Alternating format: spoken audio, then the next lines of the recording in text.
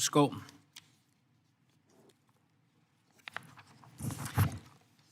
Thank you, Mr. Chair. Giving my colleague some space here. I have an amendment at the desk. Please designate. An amendment to the amendment in the nature of a substitute to H.R. 8870, offered by Ms. Skolton of Michigan, number 114. Without objection, amendment be considered as read. Hillary, you've got 5 minutes. Thanks. In this committee, we talk a lot about building more, cutting red tape, and finding common sense solutions. This amendment does just that. This language would help convert unused right-of-ways like interstate medians into assets to generate energy, build transmission and distribution infrastructure, as well as expand broadband. These medians are right there and reach every part of the country, rural, urban, suburban, and everything in between. Let's not wait years and years to build this critical infrastructure. Instead, let's leverage areas ripe for development like unused rights-of-way. Out of respect for the Four Corners Agreement, I'm going to withdraw the amendment, but I look forward to continued conversations on how we can cut red tape and build critical energy, transmission, distribution, and broadband infrastructure. It's that simple. I'll yield back. Thank you, Hillary. I appreciate it.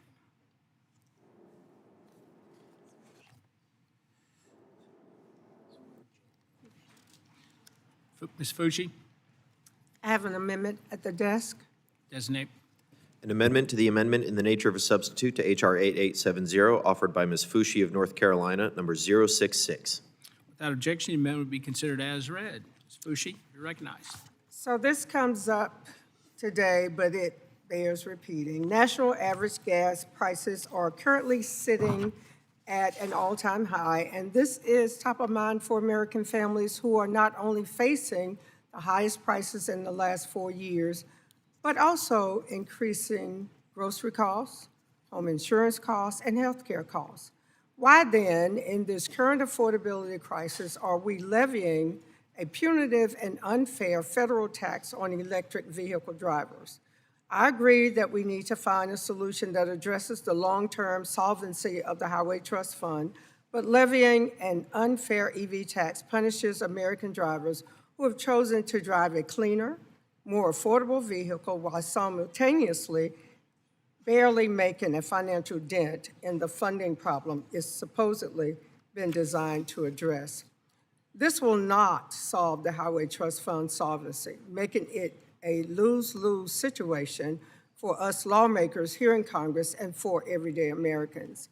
I will gladly be supporting amendments from some of my colleagues to either minimize the scope of this fee or strip it from the bill in its entirety.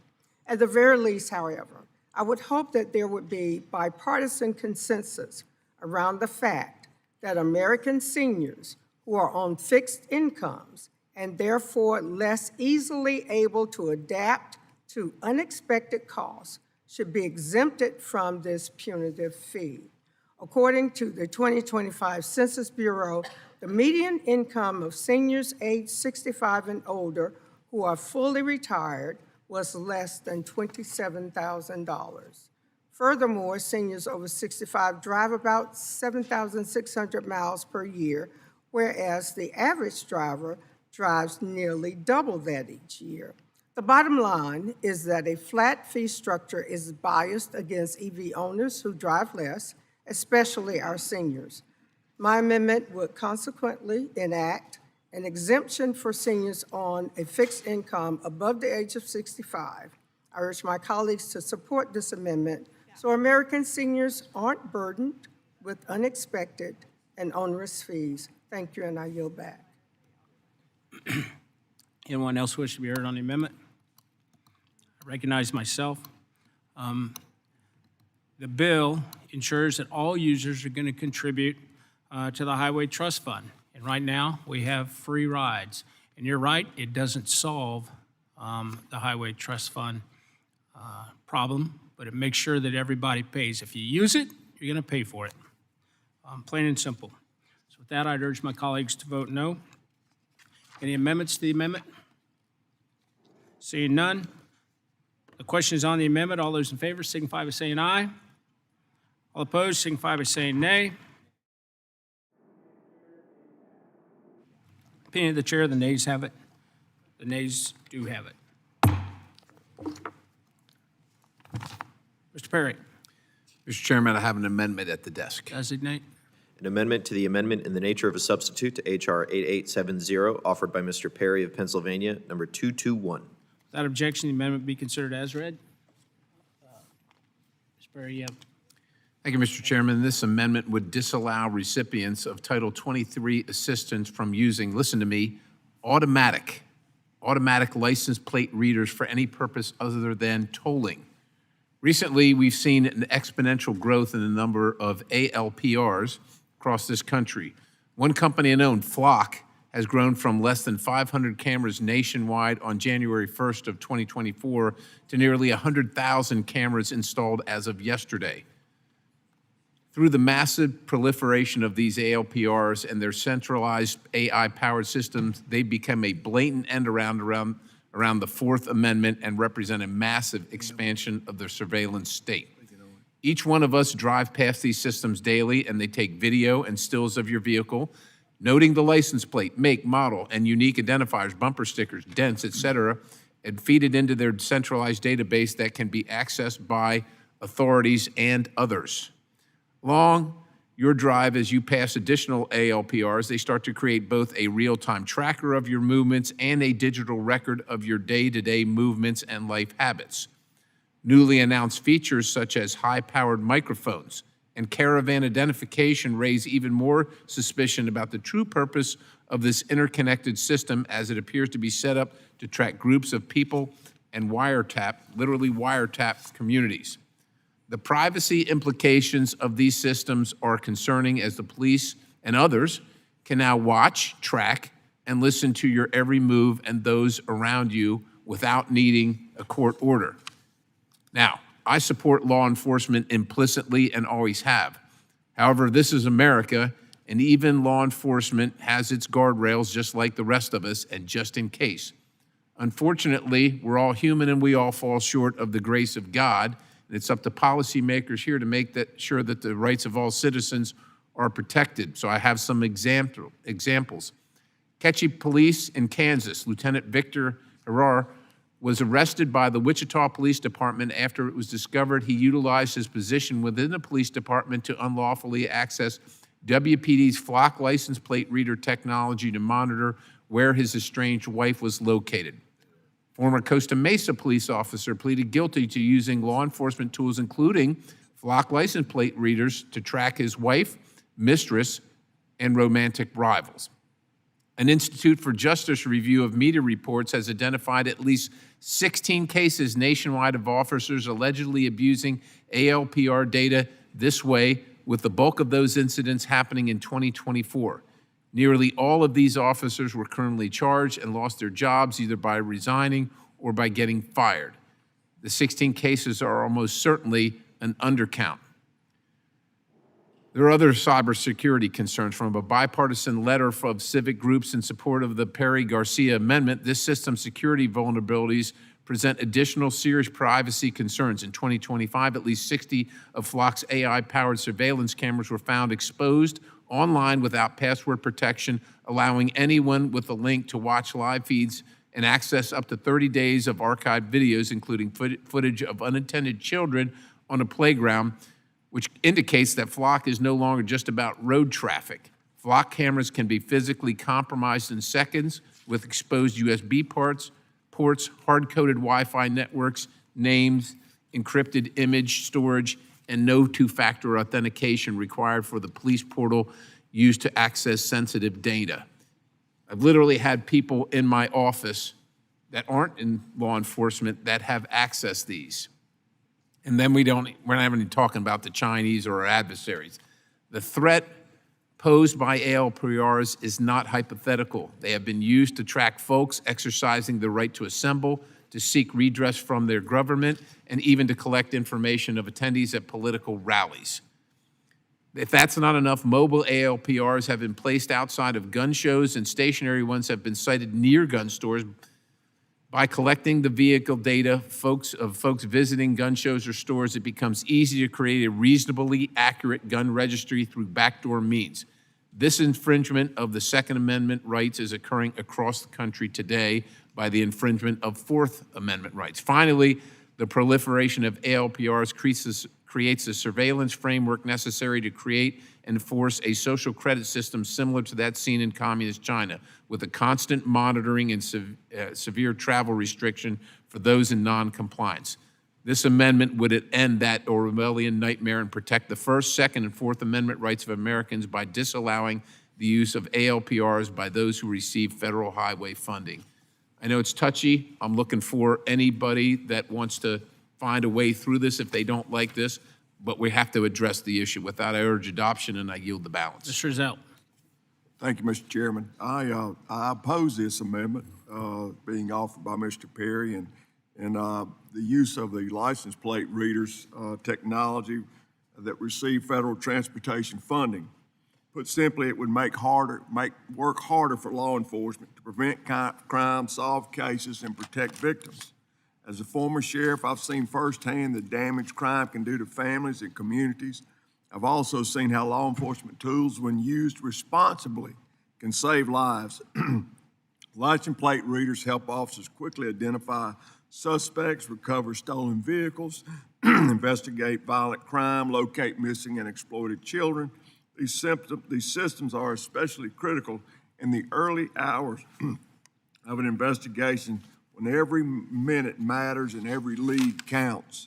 I've seen the consequences when these tools are unavailable. Just last week in Texas, multiple shootings across numerous crime scenes triggered massive search effort.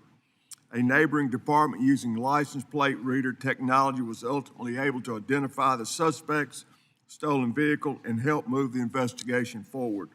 And in Georgia, an Amber Alert was issued for an abducted child. Investigators used license plate readers data to identify a suspect vehicle, locate it within hours, arrest the perpetrators, and safely reunite the child with their mother that same evening. Criminals are becoming more sophisticated and operate across city, county, and state lines.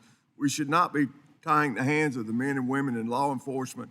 I think we should, Mr. Perry, we should continue to monitor, punish, terminate any officer or anybody using this thing in an unauthorized manner. But I've seen far more good than I've seen bad in my 42 years of law enforcement. And just having these things available to us for the last several years has done a lot for the solving of some major crimes. Myself personally, I have seen the good use of this stuff. And I say let's monitor this, let's work on it, and let's make sure that these bad officers that are acting wrong are fired and terminated from their jobs. Thank you, and I yield back. Rick. Thank you, Mr. Chair. I also oppose the Perry Amendment 221. This amendment would bar any recipient of funding under Title 23, as in every state and most counties and cities in the U.S., from using automated license plate readers, except for tolling. This amendment does not just prohibit the use of federal funds on ALPRs, but bars any jurisdictions receiving these funds from using readers at all. Now, while there are real concerns about the use of these readers, law enforcement have also relied on them for activities like searching for stolen vehicles, searching for missing and endangered people. That's why this year, Washington State, after going through a couple of years of jurisdictions putting a hold on the use of these systems, and some local jurisdictions outright banning these systems, the state legislature acted to allow their use in limited circumstances, finding a way through this thicket of issues of privacy of law enforcement, while prohibiting data sharing outside of the courts and restricting the locations where law enforcement can use them. That passed our state legislature, the governor signed it, and cities that had put a freeze on the use of these systems began using them again with these new restrictions. So Washington State took a balanced approach to ensure the protection of privacy rights and the protection of public safety. We can too, other states can too. This amendment does not. So given that, I oppose this amendment and urge my colleagues to do the same. Yield back. Soil. Thank you, Mr. Chair. I think that this amendment seeks to address an issue that is real and that should be a real concern. Benjamin Franklin said those who would give up essential liberty to purchase a little temporary safety deserve neither liberty or safety. And I support law enforcement absolutely, and these tools. But we have seen these tools abused, and we need to put some very, very strict regulation. Washington has done some great work. Oregon has done some great work. Other states, I'm sure, have. But we need federal regulation to make sure that these surveillance tools are used appropriately and are not surveilling Americans in ways that are inappropriate, invasive, and so I agree. This goes a bit far, but I would love to work with Mr. Perry or anyone else on getting legislation that protects our freedom and liberty. Does anyone else wish to be heard?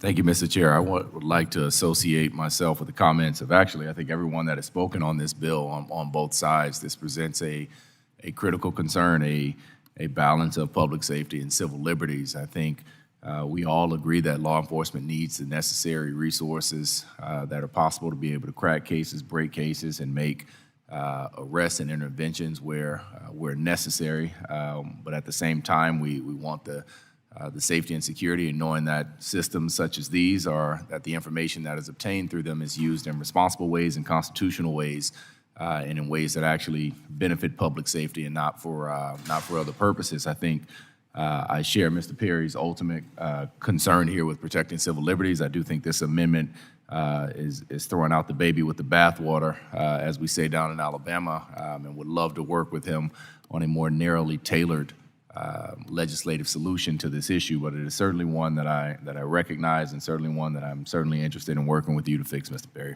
I yield back. Anyone else wish to be heard? Are there any amendments on the amendment? Seeing none, the question is on the amendment. All those in favor signify by saying aye. All opposed signify by saying nay. It appears the nays missed. The gentleman has requested a recorded vote on the amendment as previously announced pursuant to Committee Rule 6F. Further proceedings on the question are postponed. Mr. Begich. Mr. Chairman, I have an amendment at the desk. Designate. An amendment to the amendment in the nature of a substitute to H.R. 8870, offered by Mr. Begich of Alaska, number 128. Without objection, the amendment will be considered as read. Mr. Begich.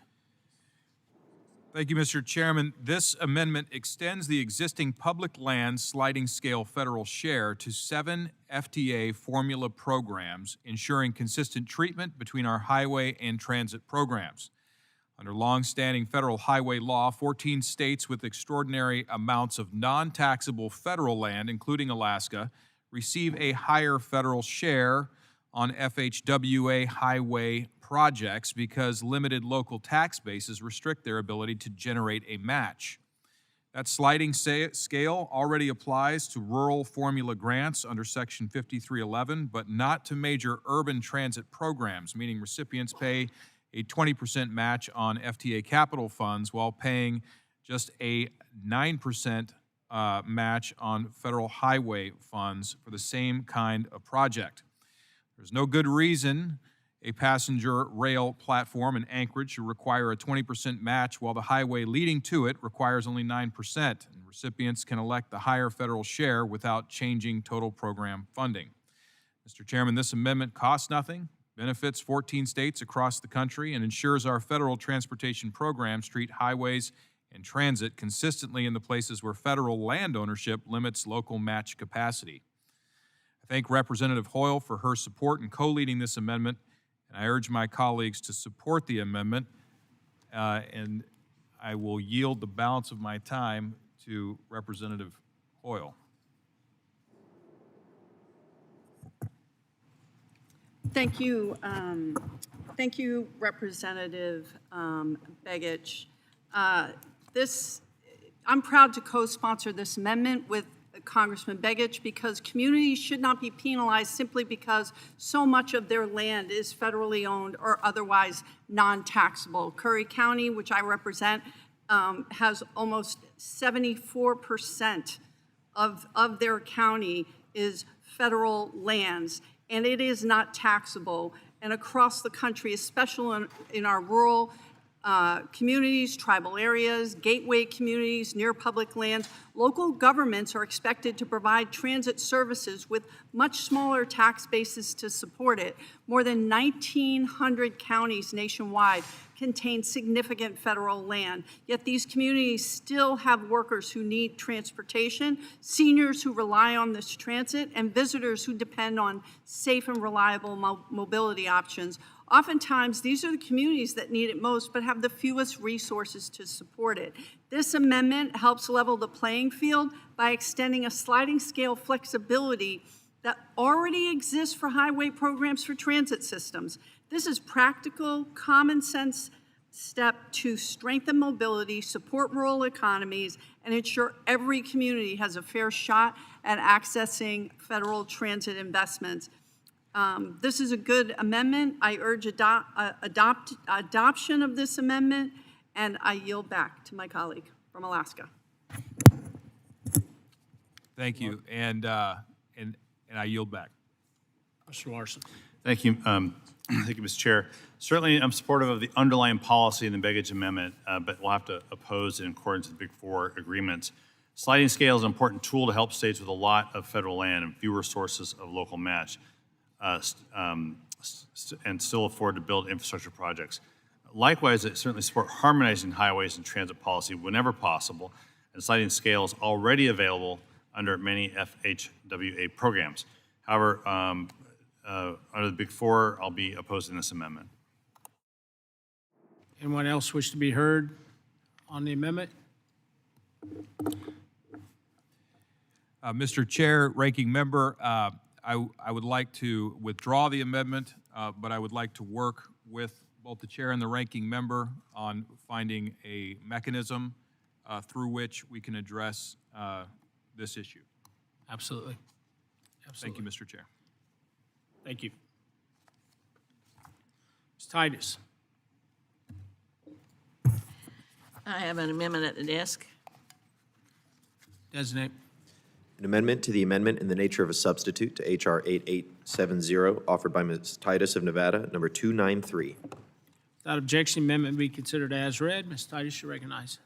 Thank you, Mr. Chairman.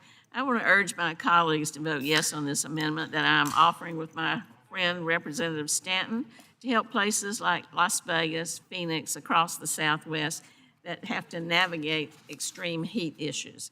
Extreme heat is one of the biggest threats to my constituents' lives and livelihoods. In 2024 alone, there were over 500 heat-related fatalities in southern Nevada. In fact, more people die each year due to extreme heat than due to hurricanes, tornadoes, and floods all combined. Now, construction workers and people who work outside are at the highest risk for heat exposure, health complications.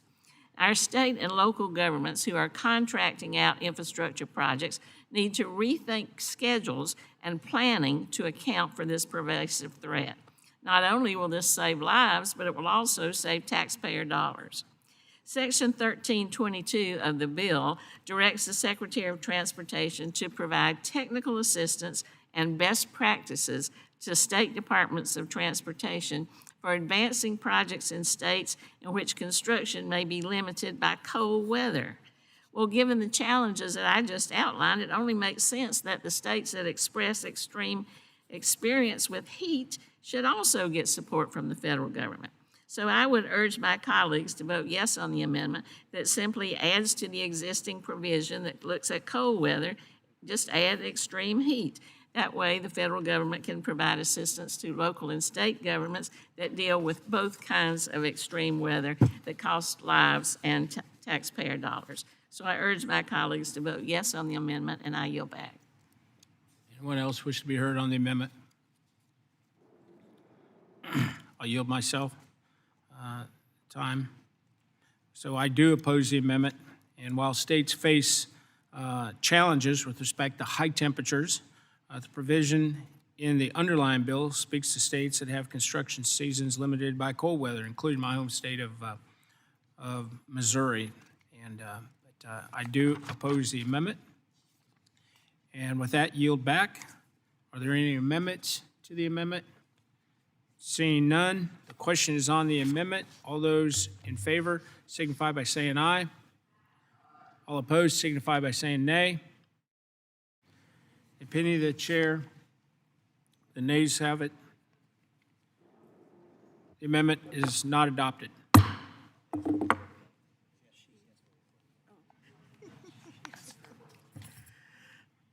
Recorded vote has been requested. As previously announced, pursuant to Committee Rule 6F, further proceedings on the question are postponed. Ms. Pope. Mr. Chairman, I have an amendment at the desk. Designate. An amendment to the amendment in the nature of a substitute to H.R. 8870, offered by Ms. Poe of New Jersey, number 045. Without objection, the amendment will be considered as read. Ms. Poe, you're recognized. Thank you so very much, Mr. Chairman. This amendment would allow the Metropolitan Planning Program funds directed to low-income or rural communities to receive 100% federal cost share. For too many Americans, the current environment means tightening our budgets. This is especially true for low-income and rural communities, many of whom do not have the resources to allocate for planning valuable projects. This amendment would ease the financial burden on struggling local governments while helping improve connectivity in rural and low-income communities. To support further discussions, I will withdraw this amendment to work with the committee to advance this policy so that we can expand access for low-income and rural transportation projects. Thank you, Mr. Chairman. I yield back. Thank you, Ms. Poe. I appreciate it. Mr. Perry. Mr. Chairman, I've got an amendment at the desk. Designate. An amendment to the amendment in the nature of a substitute to H.R. 8870, offered by Mr. Perry of Pennsylvania, number 225. Without objection, the amendment be considered as read. Mr. Perry, you're recognized. Thank you, Mr. Chairman. This amendment requires the Secretary of Transportation to withhold 10% of apportionments to any state that fails to annually certify that none of its respective jurisdictions operate an automated traffic enforcement system for both speed enforcement and red light traffic law violations. Additionally, these certifications may be audited by the Secretary as deemed necessary to ensure full compliance and due diligence. To put it plainly, the use of nationwide automated traffic enforcement cameras remains a predatory, revenue-generating scheme that can be best characterized as a direct attack against the American people's driving autonomy. The American motorist should not be subject to limitless petty traffic fines, especially without any long-standing evidence of safety improvements. As we all know, generating thousands of tickets or reporting that speeds drop by a few miles per hour near a camera does not constitute proof of a safety improvement. Safety should be measured by actual harm reduction, in other words, fewer serious injuries and fatalities, not by ticket counts or marginal temporary speed changes. The safety program succeeds when fewer people are killed or are seriously injured directly due to that intervention. A camera program that increases ticket revenue, expands to more location, and continues for years without demonstrating reductions in serious harm is not a safety program. Let's call it what it is, ladies and gentlemen. It is an enforcement and revenue program using safety language for political cover. Companies that sell camera equipment in municipalities that operate programs routinely claim dramatic safety improvements. But these claims are often based on vendor studies, selective time periods, or skewed metrics that measure ticket volume rather than harm reduction. Independent verification is rare, and believing promotional materials from those who profit is the equivalent of trusting tobacco company research on lung cancer. Much of this supposed research supporting speed cameras comes from companies that sell equipment, the Insurance Institute for Highway Safety, which, by the way, is funded by auto insurers who benefit when traffic tickets increase insurance premiums, or from jurisdictions that depend on that very revenue. It has also been consistently proving that rolling right turn violations have had very little effect on driver safety. A study by the National Highway Traffic Safety Administration found that only 0.2% of all nationwide roadway fatalities from 1982 to 92 occurred at an intersection permitting a right turn on red. Drivers have long interpreted the right turn on red law to mean they must yield to oncoming traffic and pedestrians before executing a right turn when they confront a red signal at an intersection. Sure enough, this interpretation has worked out extremely well for a safety and traffic movement perspective. Additionally, as many of you know, I have tirelessly fought against any effort to infringe on the American people's privacy rights and personal civil liberties, unwarranted and warrantless surveillance being one of them. These automated traffic enforcement cameras are simply another extension of those privacy infringements. While they remain a petty cash grab, these cameras also threaten our privacy and pose a serious national security risk when given further consideration. Recently, a Financial Times article pointed to how Israeli intelligence spent years hacking into Tehran's traffic cameras to monitor Iranian officials and their bodyguards prior to the assassination of Iran's supreme leader, Ali Khamenei. Would any of you really be surprised if a foreign government was using cameras in our nation, cities, and municipalities to do the exact same thing? The range of national risk posed by further use of these cameras is truly endless. Therefore, I ask all of you to heed my warning and collectively take all these factors into consideration when considering a vote for this amendment. I do urge support of the amendment, and I yield the balance. Gentleman yields back. Representative Titus, you're recognized for 5 minutes. Thank you, Mr. Chairman. The ranking member opposes the Perry Amendment number 225. This amendment would penalize states by withholding 10% of their apportioned funding unless the state certifies that it contains no automated traffic enforcement systems. Now, this is highly unnecessary federal overreach, and I know Mr. Perry wouldn't support that. There's already a prohibition on using federal funds to procure automated traffic enforcement cameras outside of school and work zones. This amendment would go further by banning the use of these devices regardless of the funding source. It also fails to account for the fact that the National Highway Traffic Safety Administration designates this form of traffic enforcement as a proven safety countermeasure, with speeding accounting for nearly 1/3 of all roadway fatalities. The last thing we should be doing is penalizing communities for employing technology tools at their disposal to save lives. I would urge all members to oppose the amendment. Thank you. The chair now recognizes Mrs. Sykes for 5 minutes. Thank you, Mr. Chair. I do want to commend Mr. Perry for bringing this amendment forward, and similar to the previous one, it just goes a bit too far. While I do support the underlying theme, we have had these issues with traffic cameras in Ohio and limit their use only to school zones because they have been shown to reduce safety, but the issues around Fourth Amendment and the ability for people to fight back, if you will, against these types of traffic citations is a very real and necessary issue for us to deal with. So as my other colleagues, Mr. Perry, I would welcome the opportunity to talk with you more about finding an opportunity for us to attack the issue that we are concerned about, the privacy rights and the ability for people to address any concerns or allegations of wrongdoing while they're in traffic violations. But like my colleagues, I won't be able to support this particular amendment because it goes just a tad bit too far for communities that do need resources. And I think we should be a little bit more diligent in thinking about how we address this particular issue. Thank you, Mr. Chair. Yield back. Are there any further speakers on this amendment? Mr. Thank you. Vickers, you're recognized for 5 minutes. Thank you, Mr. Chair. Mr. Perry, I again acknowledge the intent here. In addition to some of the concerns you've raised, I've often had concerns about the disproportionate presence of these type of cameras in certain neighborhoods, particularly going into lower income areas. It's almost, sometimes as if they're used as a tax on poor people in certain ways. But again, I think this goes a little too far in addressing the solution, but certainly want to work with you on it, as well as addressing recourse. With the appeals process and payment process and the timing that they give you to respond to some of these things, where penalties double if you don't respond in 30 days to something that you may not even get for 14 or 15 days after you got it. And so definitely want to work with you on it. It's certainly an issue, but can't support this amendment. Thank you. Are there any further speakers on the amendment? Ms. Friedman, you're recognized for 5 minutes. Thank you, Mr. Chair. I wasn't going to speak, but I find this topic really interesting. I agree with a lot of the complaints and issues around traffic cameras that were brought up.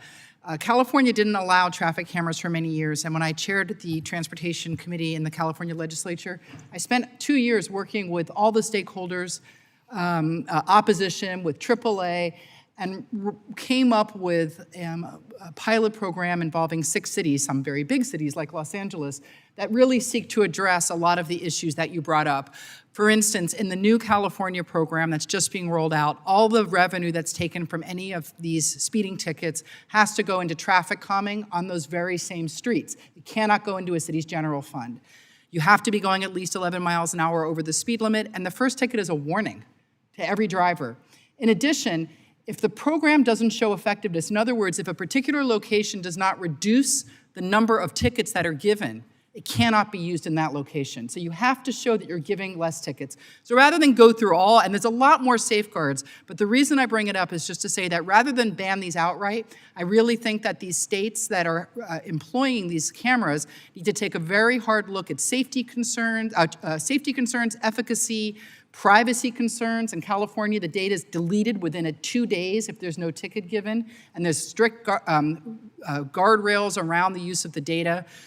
You can design programs well, and you need to go back and look at them, but just banning these outright would actually negate the work that we've done to try to address all of these concerns. But I appreciate what you're trying to do. I'd love to show you our legislation, and look forward to the conversation continuing. Thank you. Are there any further speakers on the amendment? Mr. Begich, you're recognized for 5 minutes. I want to rise in support of this amendment. I think it's important that we protect Americans' Fourth Amendment rights and do everything we can to diminish the pervasiveness of the surveillance state. This is one concrete way that we can do that. If I have any complaints about this amendment, it's that it doesn't go far enough. And I appreciate the spirit with which it is offered, and I'll be supporting it. With that, I yield back.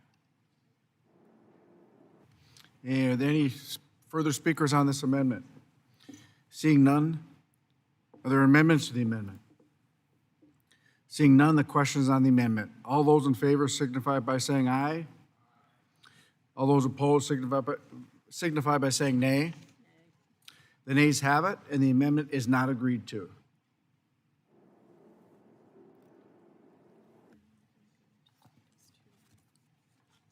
For what purpose does Ms. Titus seek recognition? I have an amendment at the desk.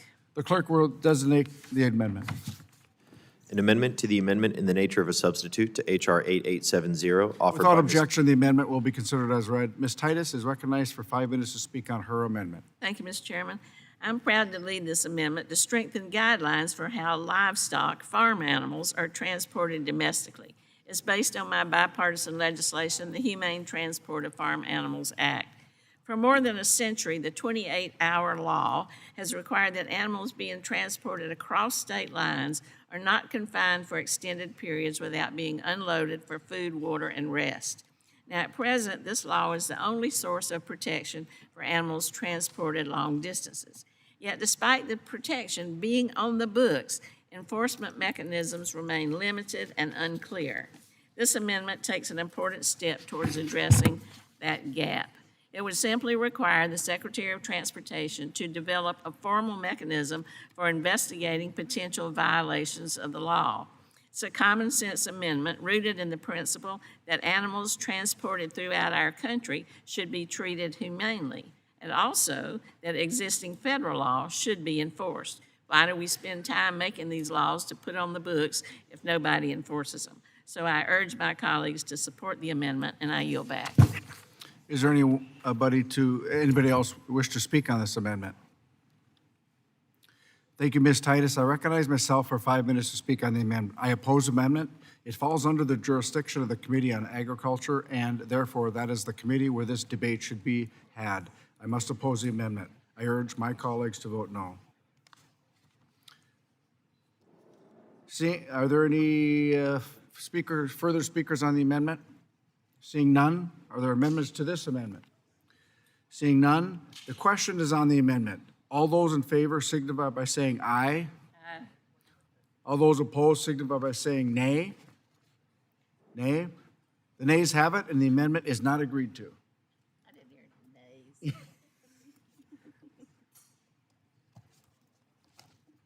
We are now considering the bill for amendments. For what purpose does Ms. Sykes seek recognition? I have an amendment at the desk. The clerk will designate the amendment. An amendment to the amendment in the nature of a substitute to H.R. 8870, offered by Ms. Sykes of Ohio, number 127. Without objection, the amendment will be considered as read. Ms. Sykes is recognized for 5 minutes to speak on her amendment. Thank you, Mr. Chair. When a Norfolk Southern train derailed in East Palestine, Ohio, first responders rushed to the scene to address the wreckage and ensure the community's safety. However, when first responders arrived at the site, the safety placards on the tank cars that identified the material and chemical they contained were nowhere to be seen. Vehicles that moved hazardous material like trains and trucks are required to post a placard identifying the hazardous material it contains so first responders can appropriately respond if an issue arises. However, in East Palestine, the fires caused by the crash and the burn were so hot that they melted the placards, leaving first responders in a dangerous and vulnerable position. My proposed amendment will require rail car placards to remain legible after exposure to temperatures exceeding 180 degrees, ensuring hazardous materials can be identified during derailments, fires, and other rail emergencies. It would establish durability standards for rail car hazard identification materials and improve first responder access to accurate hazardous material information during incidents. These placards are most essential under extreme conditions. They need to be able to withstand the exact circumstances in order to help our first responders. A report from the Department of Health said that only 14% of the first responders working at the site of the crash in East Palestine knew what the hazardous materials were that they were even dealing with. Almost half of the responders reported suffering from congestion and a burning sensation in their throat, and 93% of responders reported a burning, irritating sensation in their eyes. About 1/3 of responders sought out healthcare professionals for symptoms they were suffering after working at the site. How could they possibly be prepared to handle hazardous chemicals if they didn't even know what they were dealing with? That's why the Rail Act included this very important provision that was requested from our governor and parties in the state of Ohio. I was excited to see that the Build America 250 Act would initiate rulemaking to ensure safety placards would have integrity to withstand these conditions so no first responders have to face what those brave souls endured in East Palestine. I can only hope that this rulemaking occurs quickly and we can prevent this problem from ever happening again. And for that reason, Mr. Chair, I would like to withdraw my amendment, and I yield back. Without objection.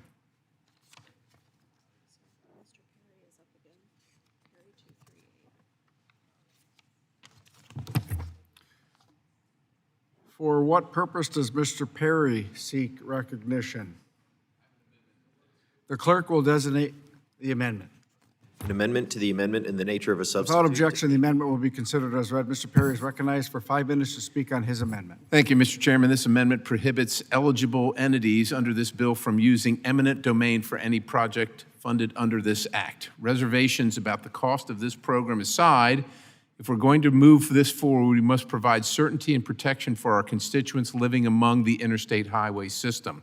Preventing project sponsors from taking the land from our constituents to facilitate the creation of projects which the vast majority of our constituents are unable to utilize is a responsible step that protects their property rights and ensures these projects occur with community support.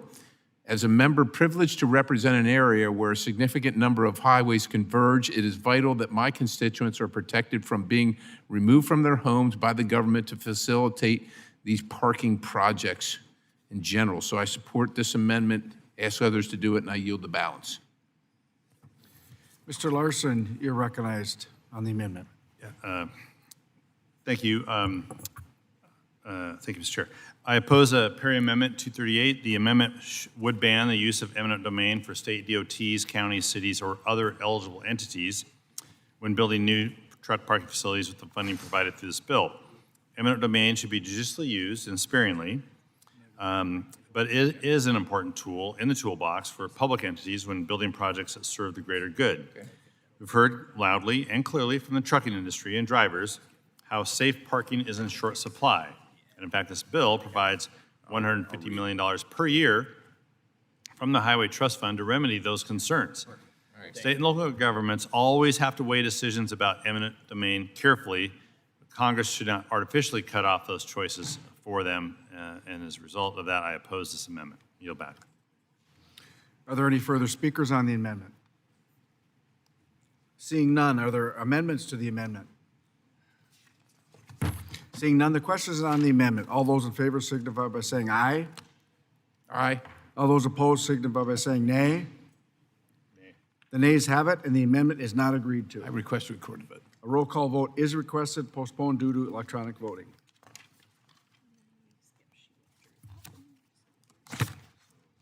For what purpose does Ms. Sykes seek recognition? I have an amendment at the desk, and I promise this is the last one. The clerk will designate the amendment. An amendment to the amendment in the nature of a substitute. Without to objection, HR the amendment will be considered as read. Ms. Sykes is recognized for 5 minutes to speak on her amendment. Thank you, Mr. Chair. Nationwide, there are 435 counties and 26,366 census tracts classified as areas of persistent poverty. These are defined by the U.S. Census Bureau as areas where more than 20% of the population has lived in poverty over a 30-year span. At least 46 of these census tract areas are in my district, and year after year, I've watched federal funds consistently given to the same regions. New buses are sent to walkable urban utopias instead of low-income suburbs that see one bus every hour. Towns in need of railroad improvements are left out in the cold, and communities continue to suffer from unsafe rail crossings. My amendment aims to provide more equity to these communities that have been left behind. My amendment would create a 25% set-aside for projects located in areas designated as areas of persistent poverty for the railroad grade crossing program and the buses and bus facilities competitive program, and would also expand the 25% rule set aside under the Consolidated Rail Infrastructure and Safety Improvement Program to include areas of persistent poverty. Routinely, large metropolitan areas and well-to-do cities receive the lion's share of federal funding. While these funds are certainly not going to waste, it is important that all of our nation's communities have access to resources to spur economic investment, not just ones that can afford lobbyists and career grant writers. When I got to Congress, I said, we're all going to DC, and I promised to fight for every single person in my district, and it is our job to make sure that those facing poverty have the chance to build a better life and a better future. I believe the American dream should be accessible to everyone, everywhere, and I encourage my colleagues to pass this amendment so we can make sure that this stays true no matter your zip code. Mr. Chair, I yield back. Thank you. Do any members wish to be recognized on the amendment? Thank you, Ms. Sykes. I recognize myself for 5 minutes to speak on the amendment. I oppose this amendment. The rail crossing elimination program is a very important priority for members on both sides of the aisle. This is why the underlying bill substantially increases the authorization for the programs so that we can fund more crossing elimination projects. In this competitive program, urban areas would have an advantage in securing grants, which is why the rural set-aside was established.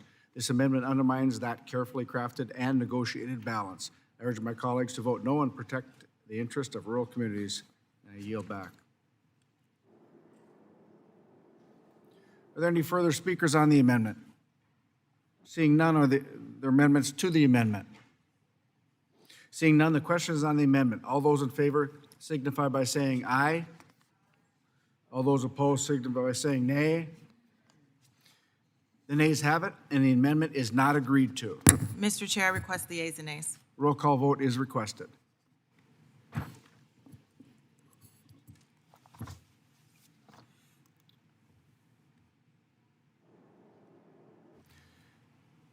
We are now considering the bill for amendments. For what purpose does Mr. Perry seek recognition? Mr. Chairman, I have an amendment. The clerk will designate the amendment. An amendment to the amendment in the nature Without of a objection, the substitute. amendment will be considered as read. Mr. Perry is recognized for 5 minutes to speak. Mr. on his Chairman, I'm a amendment. co-sponsor of the Driver Act, which addresses broader vehicle data access and falls within Energy and Commerce jurisdiction. The amendment I filed today is narrower. It applies only to commercial motor vehicles and is focused on this committee's jurisdiction solely. The purpose of the Driver Act and this amendment is simple.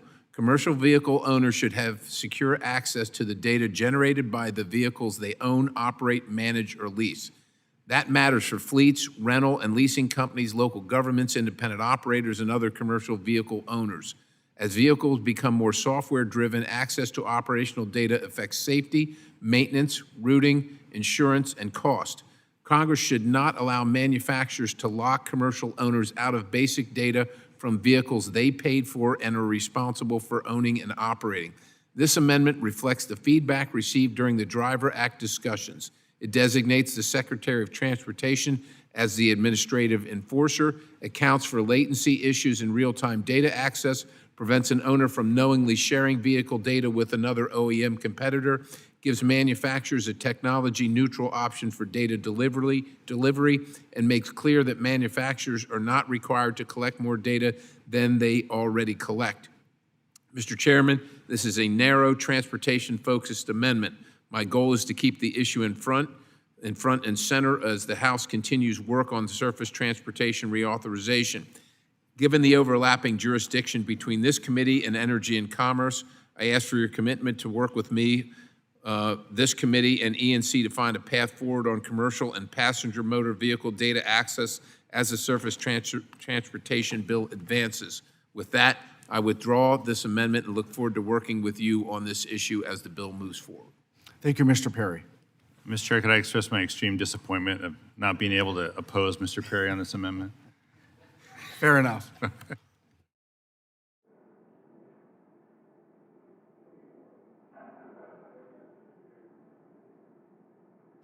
For what purpose does Ms. Titus seek recognition? Have an amendment at the desk. The clerk will designate the amendment. Titus 296. Without objection, the amendment will be considered as read. Ms. Titus is recognized for 5 minutes to speak on her amendment. Thank you, Mr. Chairman. My amendment directs the National Academies of Sciences, Engineering, and Medicine to examine tunnel safety, in particular whether tunnel regulations need to be updated as there are more and more electric vehicles on our roads. I certainly support the decarbonization of transportation and the transition to electric vehicles. With any change in technology, however, we need to take a fresh look at existing regulations. In southern Nevada, we have seen firsthand the need to update regulations surrounding lithium-ion batteries that are found in EVs. In 2024, a fire involving 6 lithium-ion batteries on Interstate 15 shut down the highway between Barstow and Las Vegas for 2 days. This was a major disruption to our supply chain and stranded many people who were looking to get from Nevada to California and vice versa.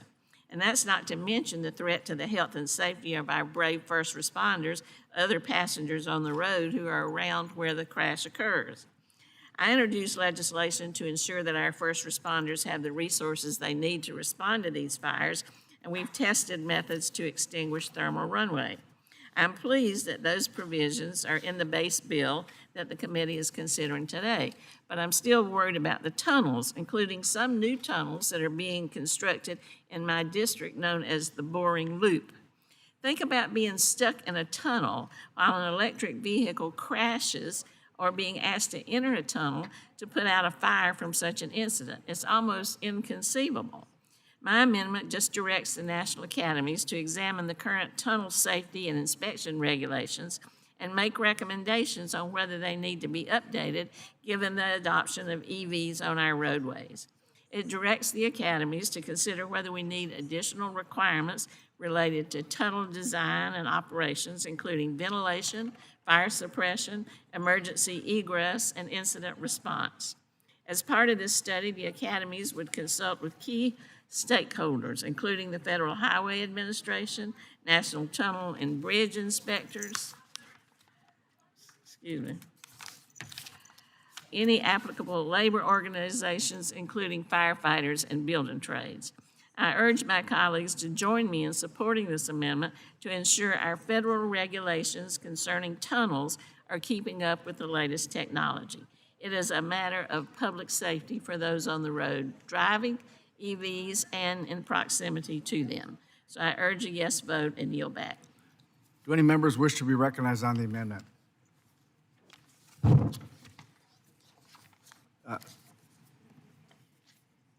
Yeah, these are good amendments.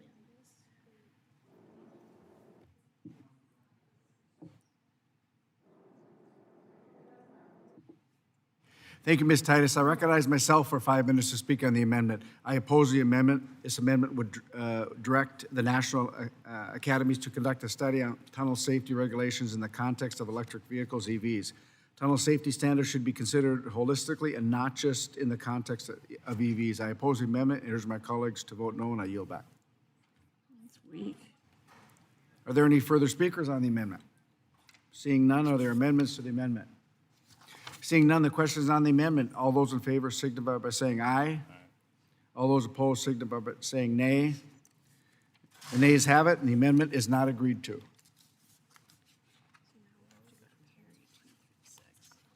Recorded vote, please. Recorded vote. Recorded vote has been requested. Thank you. For what purpose does Mr. Perry seek recognition? Mr. Chairman, I've got an amendment at the The desk. clerk will designate the amendment. Perry 236. Without objection, the amendment will be considered as read. Mr. Perry is recognized for 5 minutes on his amendment. Thank you, Mr. Chairman. This amendment simply eliminates rail eligibility for the new Surface Transportation Accelerator Grant Program in the underlying bill to stop yet another Highway Trust Fund diversion before it begins. The underlying bill creates this new STAG program and allows intercity passenger rail, including Amtrak and freight rail, to be eligible for HTF money. This represents yet another diversion of the Highway Trust Fund money away from core highway and bridge programs. Diversions are already a significant and growing problem without adding Amtrak to the long list of things eligible for funding. In 2024, roughly 30% of Highway Trust Fund spending was diverted compared to 21% in 2014. This practice is largely responsible for the current state of our roads and bridges and the insolvency of the trust fund itself. It needs to be brought to an end rather than expanded. Moreover, this trend is fundamentally unfair as it moves away from the user pays system. I would like to remind everyone that Amtrak received $22 billion in direct funding and was eligible for an additional $44 billion through various discretionary grants under IIJA. This bill raises the direct spending on Amtrak even higher to more than $30 billion. Whatever Amtrak's problems may be, it's not due to a lack of resources provided by this committee. I just hope we don't continue to make things worse, and I would ask your consideration for this amendment. Do any other members wish to be recognized on the amendment? Ranking Member Larson, you're recognized. Thank you, Mr. Chair. So I oppose this amendment from Representative Perry that would remove passenger rail project eligibility from the STAG program. This program does not mandate any expenditure on passenger rail projects. It simply allows rail projects to be funded if selected by the Secretary of Transportation in a competitive grant process. I appreciate the work that Chair Graves and Chair Webster and Ranking Member Titus put into this bill and into the section, reaching a bipartisan compromise that allows a range of projects in various modes of surface transportation to apply for funding. And to be clear about this bill, the number that Representative Perry cited is accurate in that the authorization number is higher.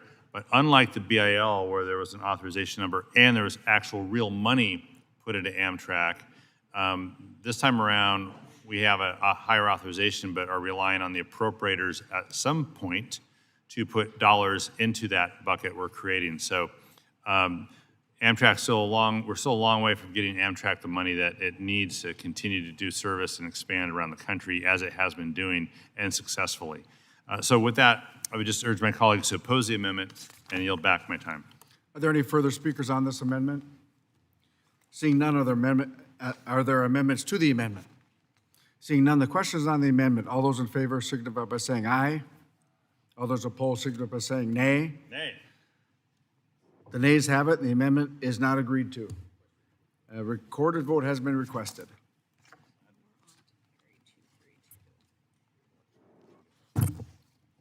For what purpose does Mr. Perry seek recognition? Mr. Chairman, I have an amendment. The clerk will designate the amendment. Perry 232. Without objection, Mr. Perry is recognized for 5 minutes to speak. Thank you, on the Mr. amendment. Chairman. This amendment provides an automatic categorical exclusion of NEPA requirements for highway and bridge repair and replacement projects. So if there's already a bridge there and we're repairing it, we're replacing the bridge that's already there, I don't know why we need to keep doing all this NEPA stuff. The logic behind this amendment is simple. If you're just repairing or replacing existing highway or bridge infrastructure, NEPA is not necessary. The environment has already adapted to the built infrastructure. Repairing and replacing that infrastructure will not further disrupt the environment. This categorical exclusion will allow for rapid and expansive repair and replacement of infrastructure that sorely needs to be fixed and fixed quickly. The bridge investment in this bill is the largest in American history. It is absolutely vital that we remove regulatory burdens that would inhibit the investment from making a rapid, meaningful difference in the state of good repair of our nation's bridges. I urge support of the amendment, and I yield the balance. Do any members wish to be recognized on the amendment? Ranking Member Larson, you're recognized. Thank you, Mr. Chair. Mr. Chair, I've opposed the Perry Amendment 232. This amendment claims to establish a categorical exclusion for highways and bridges from from NEPA. Highway and bridge projects already receive a number of categorical exclusions from NEPA, and the Build America 250 Act further streamlines project delivery regulations. This amendment would completely remove any highway or bridge project from the NEPA process, regardless of whether the project would have significant impact on the environment, which would have disastrous impacts on the environment and communities. So I would urge all members to oppose this amendment. Yield back. Are there any further speakers on this amendment? Seeing none, are there amendments to the amendment? Seeing none, the question is on the amendment. All those in favor signify by saying aye. All those opposed signify by saying nay. Nay? Nay. The nays have it. The amendment is not agreed to. Roll call vote is requested.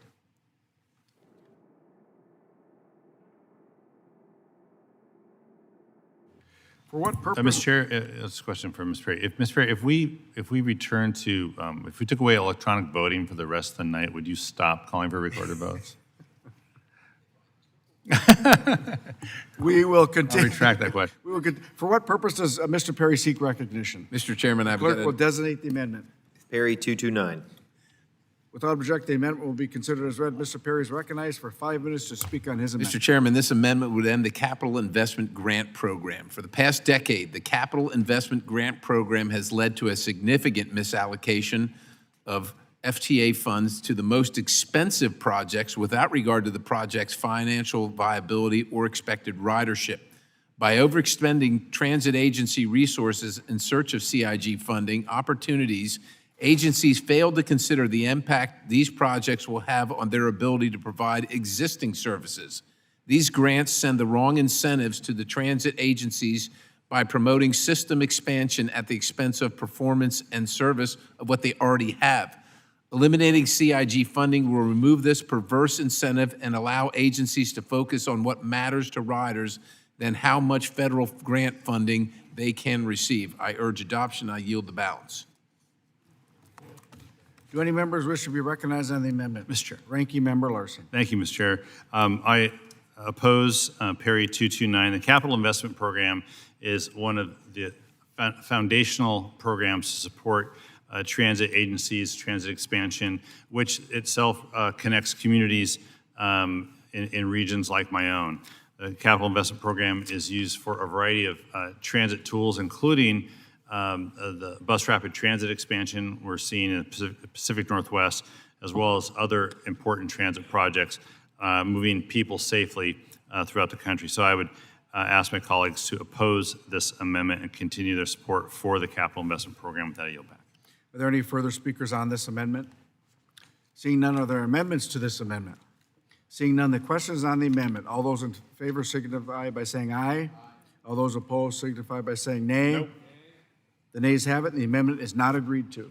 Recorded vote is requested.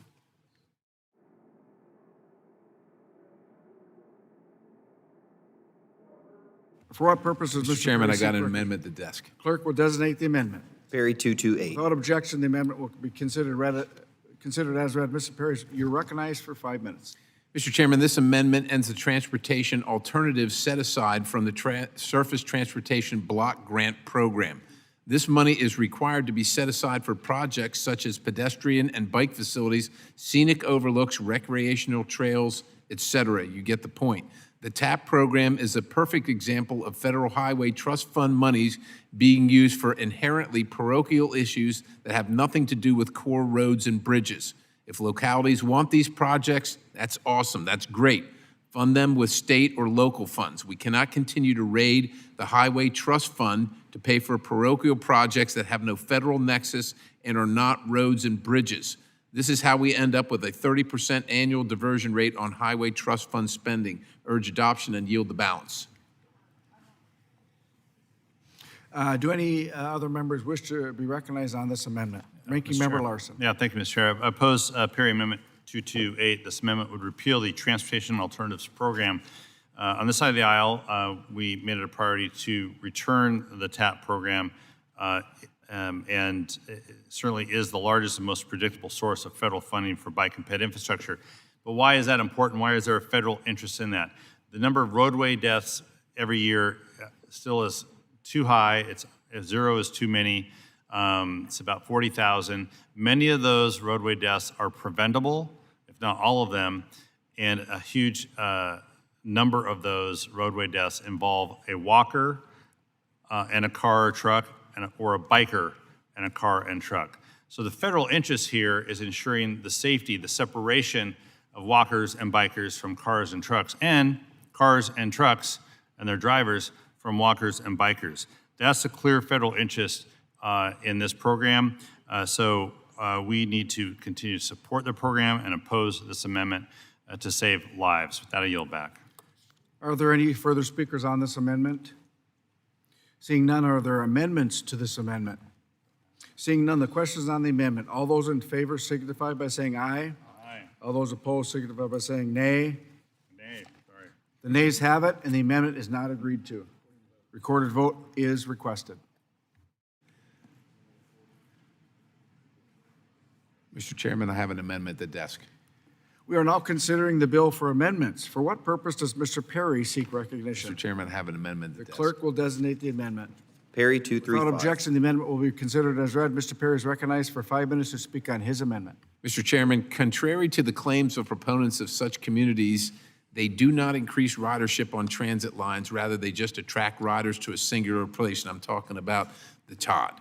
Moreover, like transit investments generally, they do not create economic growth. Instead, these communities just redistribute the growth that would have likely occurred naturally. This is a giveaway to developers in large urban areas, as most areas do not have the population density to support these communities. It does nothing to address the more fundamental issues plaguing our nation's transit system and driving down ridership. Doing so will only result in wasted federal resources that would be better directed toward core highway and bridge projects. Urge my colleagues to support this amendment and protect American taxpayers from the boondoggle that will result from this provision. These are the transit-oriented development programs. Without a yield the balance. Do any members wish to be recognized on the amendment? Ranking Member Larson. Thank you, Mr. Chair. I oppose the amendment from Perry 235. This amendment removes references to transit-oriented development and transportation-oriented development from the underlying bill. These provisions attracted bipartisan support in the bill, ensuring that more people will be able to live, work, and shop near the transportation and transit stations constructed with funding from this bill. This amendment would make it harder for private companies to get loans for apartments, stores, and office buildings near intercity passenger rail and transit stations. In the time of skyrocketing prices, we're looking for every avenue to make mobility more affordable. One way to do that is to allow existing transportation loan programs to be used to ensure affordable transportation connections that are located near places where people want to work, live, and play. And I'll remind the entire committee that earlier this in the day, we voted 64-1, literally to change the RIF program to make it easier to do transportation-oriented development, an amendment that the proponent of this amendment voted for, which runs contrary to the amendment itself. So I would just ask folks to oppose this amendment. Are there any further speakers on the amendment? Seeing none, are there amendments to this amendment? Seeing none, the question is on the amendment. All those in favor signify by saying aye. All opposed signify by saying nay. Nay. The nays have it. The amendment is not agreed to. Roll call vote is requested. We are now considering the bill for amendments. For what purpose does Mr. Perry seek Mr. Chairman, I have recognition? an amendment at the desk. The clerk will designate the amendment. Perry 234. Without objection, the amendment will be considered as read. Mr. Perry is recognized for 5 minutes to speak on his amendment. Thank you, Mr. Chairman. This amendment ensures that sanctuary cities can no longer operate without consequence by withholding transit funds from going to sanctuary jurisdictions that choose to abstain from sharing citizenship or immigration status information with the federal government. It also withholds these funds from jurisdictions that fail to comply with lawfully made requests from the U.S. Department of Homeland Security, such as ICE detainers. There are approximately 12 states and hundreds of cities and counties with sanctuary laws, ordinances, and policies across the country. Sanctuary jurisdictions willfully ignore lawful ICE detainers for removable aliens in local custody, refusing to release them in a safe custodial environment to immigration enforcement officers. In turn, these jurisdictions allow thousands of criminal illegal aliens to freely roam the streets, jeopardize public safety, and leech off hard-earned taxpayer dollars with entitlements such as subsidized health care or housing assistance. Meanwhile, the American people are left to fend for themselves, living in these unsafe communities without regard for their own struggles. Under the Biden presidency, the federal government spent more than $1.45 billion to reimburse local jurisdictions and non-governmental organizations providing travel, shelter, and other services to illegal aliens encountered by DHS.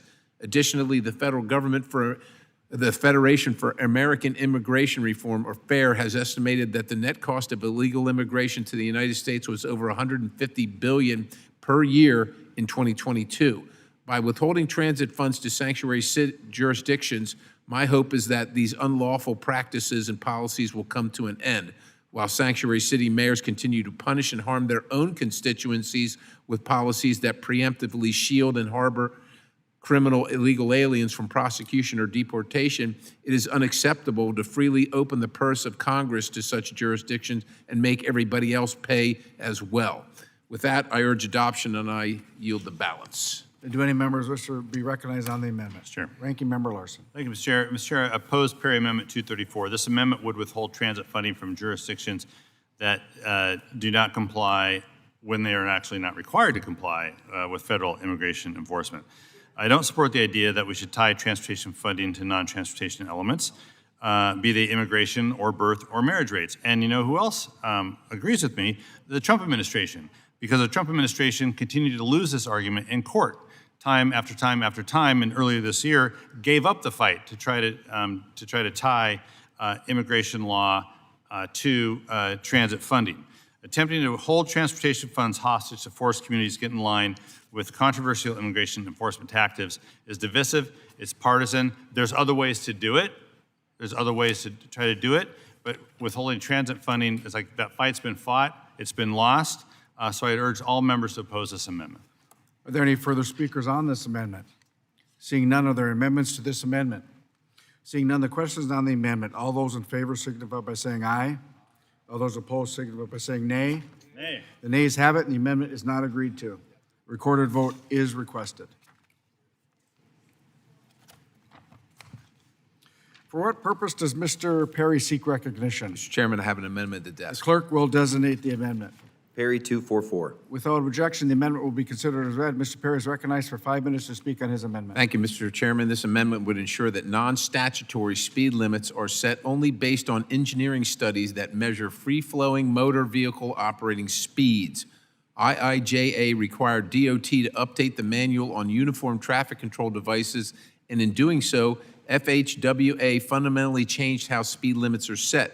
Instead of relying upon the 85th percentile rule, the speed at or below which 85% of drivers naturally travel under free-flowing condition, it elevated subjective factors like public sentiment and safety perception. This is problematic because the 85th percentile rule is meant to minimize speed differential, which is the source of the risk. This amendment reestablishes science and engineering rather than feelings as the foundation underpinning the establishment of speed limits. Urge adoption and yield the balance. Do any members wish to be recognized on the amendment? Mr. Ranking Member Larson, you're up. Thank you, Mr. Chair. I oppose Perry Amendment 244. This amendment would prohibit the Manual on Traffic Control Devices, the federal design book for roads, from taking into account safety when recommending maximum speed limits. The manual influences project design and can tip the scales in either direction on safety. Too often we hear from people on the ground trying to implement projects that the manual prioritizes vehicle speed over the safe accommodation of all road users. The BIL initiated a long overdue update of the manual that yielded some positive results, and Build America 250, this bill will help certain safety projects avoid getting bogged down in the manual compliance process. So I urge all members to oppose this amendment. Are there any further speakers on this amendment? Seeing none, are there amendments to this amendment? Seeing none, the question is on the amendment. All those in favor signify by saying aye. All those opposed signify by saying nay. Nay. The nays have it, and the amendment is not agreed to. A recorded vote is requested.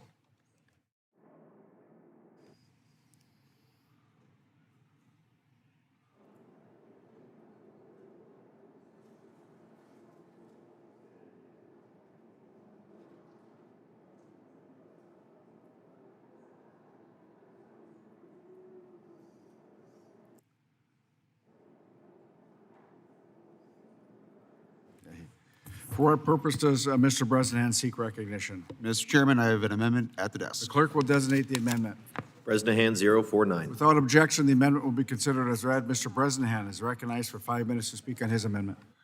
This amendment is simple. If you are following the law, you should not be penalized for it. Federal regulations set clear standards for what equipment is required on commercial trucks, and the companies meeting those standards should not have to worry. Over 90% of truck leasing and rental customers are small businesses leasing 5 trucks or fewer, and they are not big corporations looking for loopholes. They are small operators trying to do right by their customers and their communities. Complying with the rules on the books should be a shield, not a liability. I urge support of this amendment, and I yield back. Do any members wish to be recognized on the amendment? Ranking Member Larson. Thank you, Mr. Chair. So, Mr. Chair, I oppose Bresnahan 49. This amendment would exempt any vehicle owner from any legal requirement to retrofit or adapt their vehicle to new equipment requirements. If adopted, this amendment would drastically limit improvements to vehicle safety. Compliance with motor vehicle standards is done through the self-certification of the manufacturer. To be clear, defects happen in the manufacturing process, so there's no guarantee these vehicles were manufactured in compliance with every safety standard. Additionally, this amendment does not contemplate the unique era in which vehicle technology we are currently in.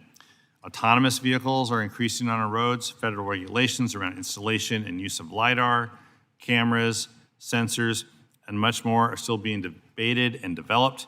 If this amendment were adopted today, a potential unsafe autonomous vehicle would not be required to upgrade its safety hardware to a future safety standard. That's just an example of the problem with this amendment, and I urge members to oppose it. With that, I yield back. Representative Collins, you're recognized for 5 minutes. Thank you, Mr. Chairman. Listen, this proposal is going to clarify that liability protections under the Federal Graves Amendment apply to peer-to-peer vehicles, sharing, and private rental platforms. That's it. It's just not to traditional rental car companies. The legislation is intended to modernize federal law for emerging vehicle sharing services and protect vehicle owners and platforms from being held automatically liable for the actions of renters. And with that, I encourage my colleagues to vote yes on this. I yield back. Thank you. Are there any other speakers who wish to speak on this amendment? I recognize myself. I support this amendment. This is a common sense amendment that addresses a growing problem with frivolous litigation for truck renting and leasing businesses. Like any issue involving frivolous lawsuits, trial always makes more money, but small businesses and their customers and the American people end up paying higher costs for goods and services. Are there any other speakers on this amendment? Seeing none, are there amendments to this amendment? Seeing none, the question is on the amendment. All those in favor signify by saying aye. Aye. All those opposed signify by saying nay. Nay. The ayes have it, and the amendment is agreed to. Chair asks for recorded vote. Recorded vote is requested.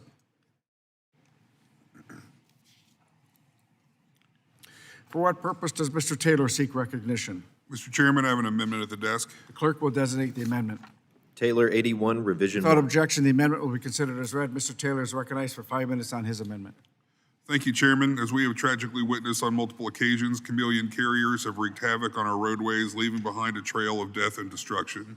Despite often being subjected to fines, enforcement action, and other forms of accountability, chameleon carriers have historically remained in operation by shutting down and reopening under a slew of new identities. In doing so, these chameleon carriers rotate through names, ownership structures, and DOT numbers to avoid scrutiny. While chameleon carriers can be hard to accurately track due to their evasive nature, recent tragedies and investigative reporting have revealed their ever-increasing presence. My amendment tackles this issue head-on by leveraging advanced automation and other new technologies to develop and implement an improved vetting system for DOT number applicants to identify chameleon carriers before they are ever allowed to operate. This amendment builds on work already being undertaken by the administration while also seeking to ensure we have the most up-to-date information on chameleon carriers by requiring the GAO to study statistical trends, the accidents and damage they have caused, and the evolving techniques they use to evade enforcement. We must do everything in our power to rein in these dangerous operators, as failing to act only encourages further activity and endangers every American motorist, but also disadvantages our hardworking truckers who follow all the rules. My amendment would go a long way to reining in these longstanding issues and is supported by a broad industry coalition, including the American Trucking Association, the Owner-Operator Independent Drivers Association, and the International Brotherhood of Teamsters, and many others. I urge all my colleagues to support this amendment, and I yield back. Mr. Larson, you're recognized for 5 minutes. We support it. Pass it.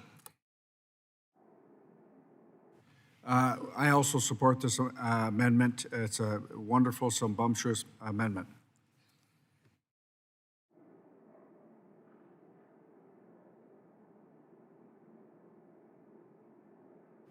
Anybody else want to speak on this amendment? Seeing none, the question is on the amendment. All those in favor signify by saying aye. Aye. All those opposed signify by saying nay. The ayes have it, and the amendment is agreed to. For what purpose does Mr. Figures seek recognition? Mr. Chair, I have an amendment at the Clerk desk. will designate the amendment. Figures 065. Without objection, the amendment will be considered as read. Mr. Figures is recognized for 5 minutes to speak on his amendment. Thank you, Mr. Chair. Under current law, the maximum percentage of loan financing for transportation infrastructure projects under the TIFIA program is capped at 49% of eligible costs. Unfortunately, this percentage no longer reflects the financial realities of today's large-scale infrastructure projects. My amendment would modernize the TIFIA program by giving the Secretary of Transportation the flexibility to determine the appropriate federal participation levels based on project needs rather than relying on a standard statutory cap. Construction costs, as we all know, have risen significantly since last year and the past few years, placing major transportation projects out of reach for states and local sponsors. The Build America Act is intended to support the innovation and modernization of America's surface infrastructure network by investing in our nation's roads, bridges, rails, and other critical infrastructure. By allowing a higher percentage under TIFIA participation when justified and or necessary, this amendment would help close financing gaps and accelerate project delivery without creating new programs or expanding bureaucracy. This amendment is not a blank check. It is a flexibility tool that helps empower the U.S. Department of Transportation to tailor financing to the individual projects, improve feasibility, support economic growth, and increase the likelihood that critical infrastructure projects can move forward and move from planning to actual shovels in the ground and into construction. This is a practical amendment that reflects current market conditions and helps deliver infrastructure projects faster. I urge the committee to adopt this amendment. Thank you, and I yield back. Thank you, Mr. Figures. Do any members wish to be recognized on the amendment? I recognize myself. I oppose this amendment. While I sympathize with the intent of the gentleman's amendment, this provision would undermine an important financial control of the TIFIA program and could increase the federal government's financial risk on loans accounting for a majority of the project. This amendment would reduce the number and size of the loans that can be covered by the TIFIA credit risk subsidy authorized under the bill, and for those reasons, I must oppose the amendment.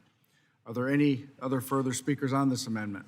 Seeing none, are there any amendments to this amendment? Seeing none, the amendment is, or correction, the question is on the amendment. All those in favor signify by saying aye. All those opposed signify by saying no.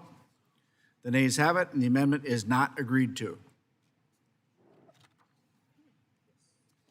Mrs. Gillen is not here. No, Miss Gillen. So then we're on to Begich, because he's here. We are now considering the bill for amendments. For what purpose does Mr. Begich seek recognition? Mr. Chairman, I have an amendment at the The clerk desk. will designate the amendment. Begich Without 129. objection, the amendment will be considered as read. Mr. Begich is recognized for 5 minutes on his amendment. Thank you, Mr. Chairman. This amendment adds 2 Alaska corridors, the Dalton Highway and the U.S. portion of the Alaska Highway, to the statutory list of high-priority corridors. The Dalton Highway is the only land route to America's North Slope, supporting roughly 4% of U.S. oil production, access to the largest known graphite deposit in the country, and construction of the 800-mile AK LNG pipeline that will unlock more than 100 trillion cubic feet of estimated energy reserves. The Alaska Highway segment from Port Alcan to Delta Junction is the only surface connection between Alaska and the lower 48. It is the designated overland resupply route for military installations across the state. It also is Alaska's only meaningful supply chain alternative to the Port of Alaska. Both corridors serve national strategic interests in energy security, critical minerals, defense logistics, and supply chain resilience, and the Alaska Department of Transportation has formally written in support of this amendment. Mr. Chairman, this amendment recognizes 2 corridors that serve federal interests well beyond Alaska's borders. I urge my colleagues to support the amendment, and I yield back. Ranking Member Larson, you're recognized. Thank you, Mr. Chair. The amendment would designate the Dalton Highway and the U.S. portion of the Alaska Highway as a high-priority corridor. I believe it's important to invest in our nation's arteries, especially those that the surrounding region relies on. In the interest of keeping peace between Washington State and Alaska, we support this amendment. I yield back.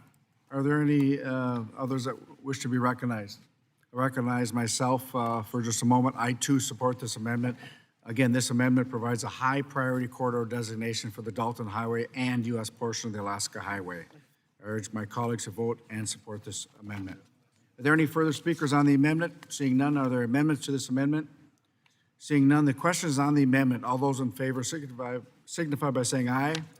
All those opposed signify by saying nay. The ayes have it, and the amendment is agreed to. For what purpose does Chair Westerman seek recognition? Mr. Chairman, I have an amendment. Clerk will designate the amendment. Westerman No objection, 076. the amendment will be considered as read. Mr. Westerman, you're recognized for 5 minutes. Thank you, Mr. Chairman. I'll try to make this quick because this is a simple amendment.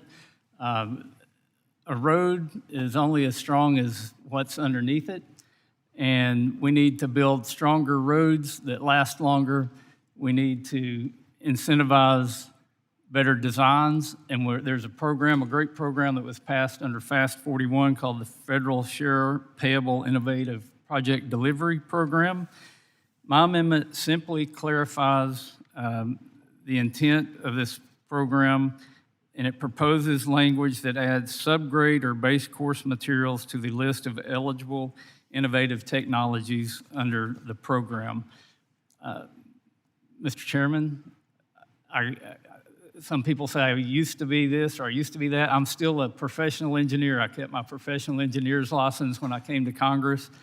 I can tell you we need to focus more on the base, the sub-base materials, and whatever we build on will be stronger when the base and the sub-base is good. We've all heard the parable of building on the rock and the sand. We need to give engineers and state DOTs the opportunity to build on the rock. That's what my amendment does. It's common sense, it's cost-effective. It will allow infrastructure to last longer, which means it lowers cost over time, and it creates safer environments for Americans. So I encourage my colleagues to protect taxpayer dollars, to strengthen our infrastructure for the long term, and support my amendment. I yield back. Thank you, Chair Westerman. Ranking Member Larson, you're recognized. Thank you, Mr. Chair. Given the terms of the Big Four agreement, unfortunately, I need to oppose a Westerman amendment. I appreciate the potential material technologies to unlock resiliency benefits for infrastructure, and I believe we should continue to encourage progression and innovation in the surface transportation space, and this bill does that. However, I'll be voting with Chair Graves to oppose this amendment. With that, I yield back. Are there any further speakers on this amendment? Seeing none, are there amendments to this amendment? Seeing none, the question is on the amendment. All those in favor signify by saying aye. Aye. All those opposed signify by saying nay. Nay. The nays have it, and the amendment is not agreed to. All right. I'll request recorded vote. A recorded vote is requested.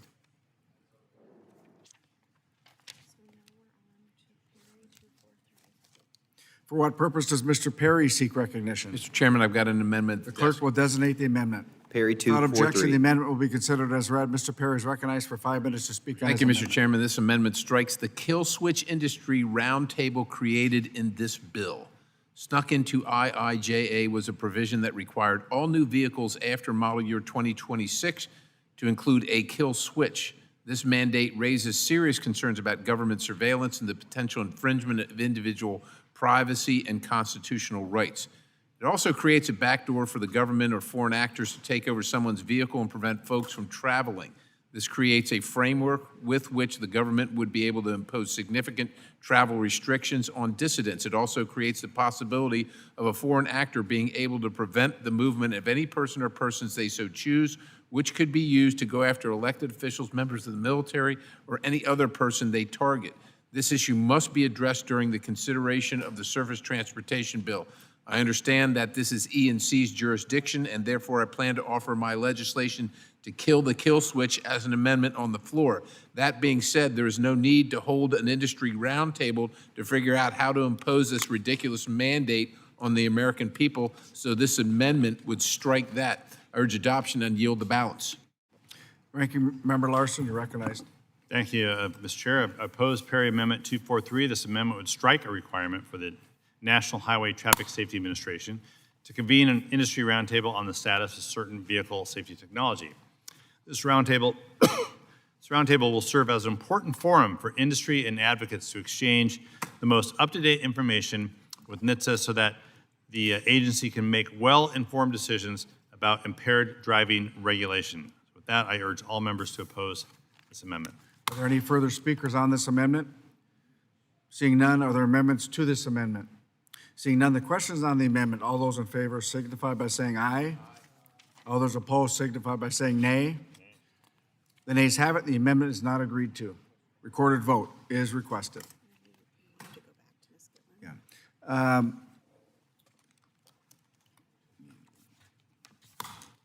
For what purpose does Ms. Gillen seek recognition? Thank you, Mr. Chairman. I have an amendment at the desk. Clerk will designate the amendment. Gillen, Without 085. objection, the amendment will be considered as read. Ms. Gillen is recognized for 5 minutes to speak on her amendment. Thank you, Mr. Chairman. This bipartisan amendment makes a simple technical change by shifting responsibility for a study on rail dispatching from the FRA to the GAO. This will ensure that Congress and the American public receive the best product and can make the best decisions about how our country should support our hardworking rail dispatchers. Thank you to Mr. Nels for co-sponsoring this amendment, and I urge my colleagues to support it, and I yield back. Do any members wish to be recognized on this amendment? I will recognize myself for a few minutes. I oppose this amendment. I'm confident that the Federal Railroad Administration has the expertise necessary to conduct this study. There is no need to instead task the GAO with the evaluation. For that reason, I oppose the amendment and yield back. Are there any further speakers on this amendment? Seeing none, are there amendments to this amendment? Seeing none, the question is on the amendment. All those in favor signify by saying aye. All those opposed signify by saying nay. The nays have it. The amendment is not agreed to.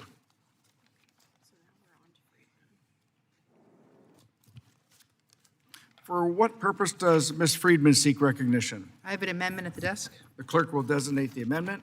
Friedman, Without 044, objection, the Revision amendment will 1. be considered as read. Ms. Friedman is recognized for 5 minutes to speak on her amendment. Thank you. One of the biggest crises in Los Angeles and facing a lot of our communities is around housing and housing scarcity. And there's a huge nexus between housing and transportation. And projects and programs like RIF and TIFIA were designed to address that, and they're very, very important. That's why I'm offering this amendment to incorporate provisions from the bipartisan and bicameral H.R. 7062, the Build Hubs Act, to expand access to transit-oriented development financing under the Transportation Infrastructure and Finance Innovation Act, known as TIFIA, and the Railroad Rehabilitation and Improvement Financing, which is known as RIF, these two programs. Building housing and commercial developments near public transit and high-quality transportation makes land use more efficient. It saves taxpayer money and attracts additional economic development. It helps us build housing in exactly the places where housing should be built. This is fundamentally about making existing surface transportation investments perform better by supporting projects directly tied to stations, rail corridors, and bus hubs. Now, this is an optional tool for communities. It's not a mandate. So those that want to keep using TIFIA strictly for traditional highways and bridges can do so, while it would give other communities the chance to leverage this for transit-oriented development and housing where communities really want it and need it. This amendment is pro-growth, it is pro-free market, it is to leverage our existing spending with private investments to build more housing. It encourages public-private partnerships, it streamlines permitting, and it unlocks private capital by making better use of existing federal credit programs that are currently underutilized. And they're underutilized because they are not really designed as well as they could be, and that's what this amendment seeks to address. Without this amendment, we're going to continue the status quo of these programs not being utilized to their fullest extent. And I would urge that if we're not going to adopt this today, that we commit to continue working because our communities really need this. Now, because this is my last amendment, I do want to just take a brief moment to address the full bill. I commend the chair and ranking members and the members of this committee for their hard work to find a path to a truly bipartisan agreement. And there's a lot of really good things in this bill, including provisions that reflect my legislation to help keep our families safe on public transit, as well as solid funding levels for our core programs. However, I continue to have significant concerns about some provisions in this bill. Defunding a single program by name, a California program by name, opens up a Pandora's box, and I fear where that's going to take us in the future. That is precedent setting. Gutting our efforts to cut carbon pollution and advance our clean air goals is a step backwards that we should not be taking, and eliminating important formula funding risks failing to adequately address the needs of states like California that already pay far more to the federal government that we receive back in federal taxes. Pending the outcomes of the remaining amendments, I intend to vote to advance the legislation, assuming that some of the amendments don't pass. But my vote should not be taken as a full endorsement of this bill, but a vote in favor of moving it forward so that we can improve on it before its final passage. And with that, I yield back. Do any members wish to be recognized on the amendment? I recognize myself for 5 minutes to speak on the amendment. I appreciate my colleague's amendment, but I must oppose this amendment. The underlying bill already includes provisions that will help enable further development of transit and transportation-oriented development projects. We simply cannot accommodate all requests in this space. I urge my colleagues to vote no. Are there any further speakers on this amendment? Seeing none, are there amendments to this amendment? Seeing none, the question is on the amendment. All those in favor signify by saying aye. Aye. All those opposed signify by saying nay. The nays have it, and the amendment is not agreed to. For what purpose does Mr. Perry seek recognition? Mr. Chairman, I have an amendment at the desk. Clerk will designate the amendment. Perry, 233. Without objection, the amendment will be considered as read. Mr. Perry is recognized for 5 minutes. Mr. Chairman, this amendment ends the Wildlife Crossing Pilot Program. While seeking to end vehicle strikes of wildlife is a laudable goal, and one that I support, this program funds wasteful projects that provide unclear benefits. Building bridge infrastructure over highways for wildlife crossing is a costly venture and has unsurprisingly led to some questionable projects. For example, the Wallace-Annenberg Wildlife Crossing over the Ventura Freeway was sold as a privately funded project that would cost $90 million. Unfortunately, has increasingly turned into a publicly funded project and costs have risen to $114 million. If states and locals want to pay for these things, by all means, do it with your own money, but we cannot continue to raid the Highway Trust Fund to pay for parochial projects with no federal nexus, and in this case, are not even for humans. Come from Pennsylvania, we got a lot of structurally deficient bridges that we can't afford to fix, let alone build some for the deer and the rabbits and squirrels or whatever want to cross them. We need them for people. This is how we end up with 30% annual diversion rate on the Highway Trust Fund spending. I urge support of this amendment. Yield the balance. Ranking Member Larson. Ranking Member Larson, you're recognized for 5 minutes. Thank you, Mr. Chair. I oppose Perry 233. This amendment would repeal the Wildlife Crossing Program, which would provide $400 million over 5 years to construct overpasses and underpasses that prevent wildlife vehicle collisions. This is a program for humans, because every year these collisions cause 26,000 injuries, $8 billion in property damage, and over 200 deaths. Beyond the human toll, of course, these collisions devastate wildlife and habitats. So this funding saves human lives. That's why this program is supported by members on both sides of the aisle and why it was included in the underlying bill. So with that, I oppose the amendment. Are there any further speakers on this amendment? Seeing none, are there amendments to this amendment? Seeing none, the question is on the amendment. All those in favor signify by saying aye. All those opposed signify by saying nay. The nays have it, and the amendment is not agreed to. Recorded vote is requested. We are now considering the bill for amendments. For what purpose does Ms. Hoyle seek recognition? Thank you, Mr. Chair. I have an amendment at the The desk. clerk will designate the amendment. Hoyle 066. Without objection, the amendment will be considered as read. Ms. Hoyle is recognized for 5 minutes to speak on the amendment. Okay. Thank you.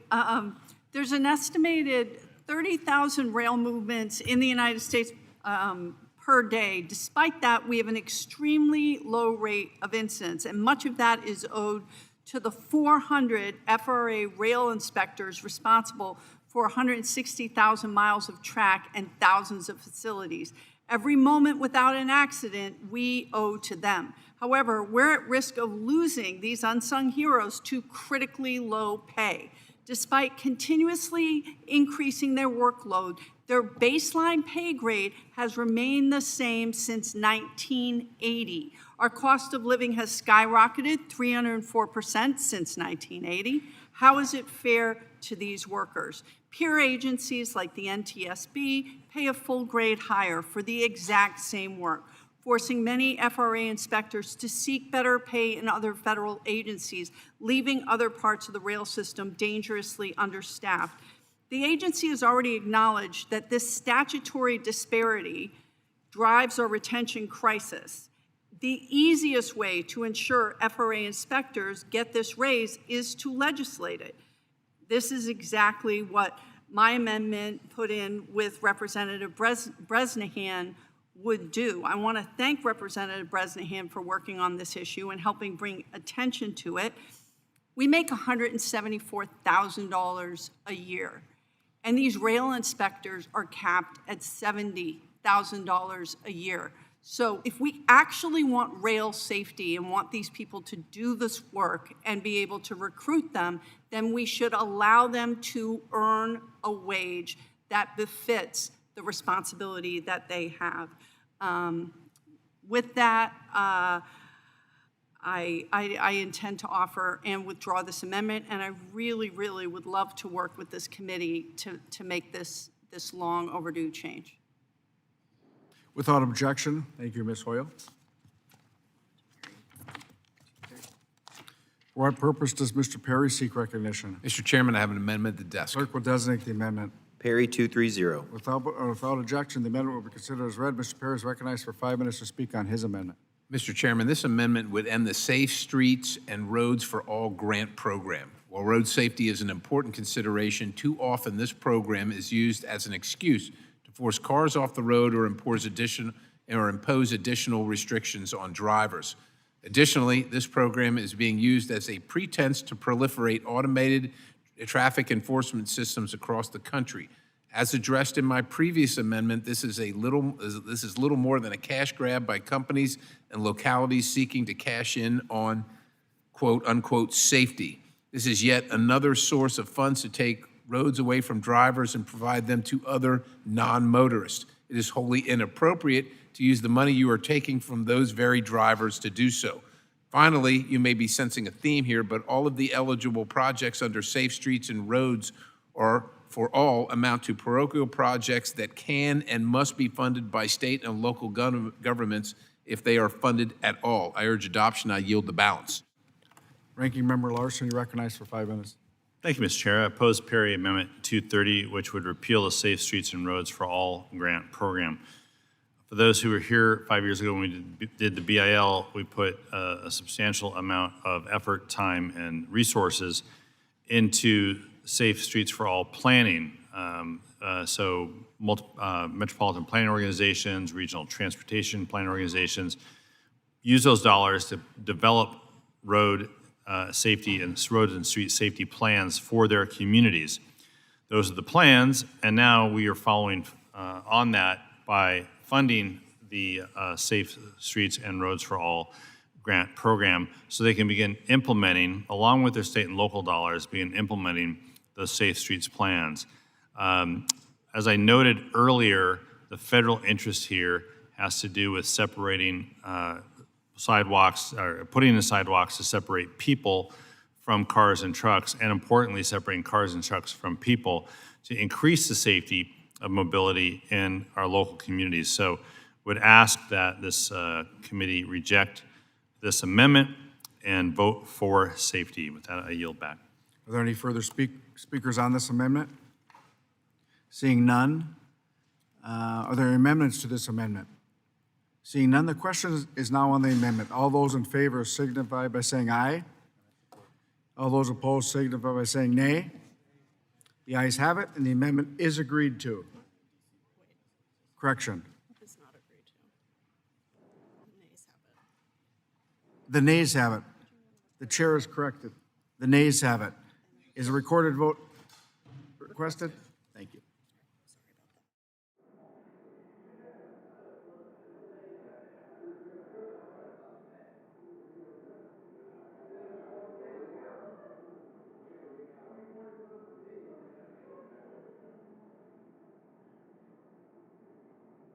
For what purpose does Ms. Poe seek recognition? Mr. Chairman, I have an amendment at the desk. The clerk will designate the amendment. Poe 046. Without objection, the amendment will be considered as read. Ms. Poe is recognized for 5 minutes to speak on her amendment. Thank you, Mr. Chairman. This amendment would codify an existing DOT rule that requires commercial motor vehicles to stop between 15 to 50 feet of a railroad track before crossing over. One doesn't need to look too long to find news clips of commercial vehicles having close encounters with trains. Recently, a school bus narrowly had a catastrophic accident after the driver drove over tracks right as a train was coming by. The bus was clipped, but the children survived.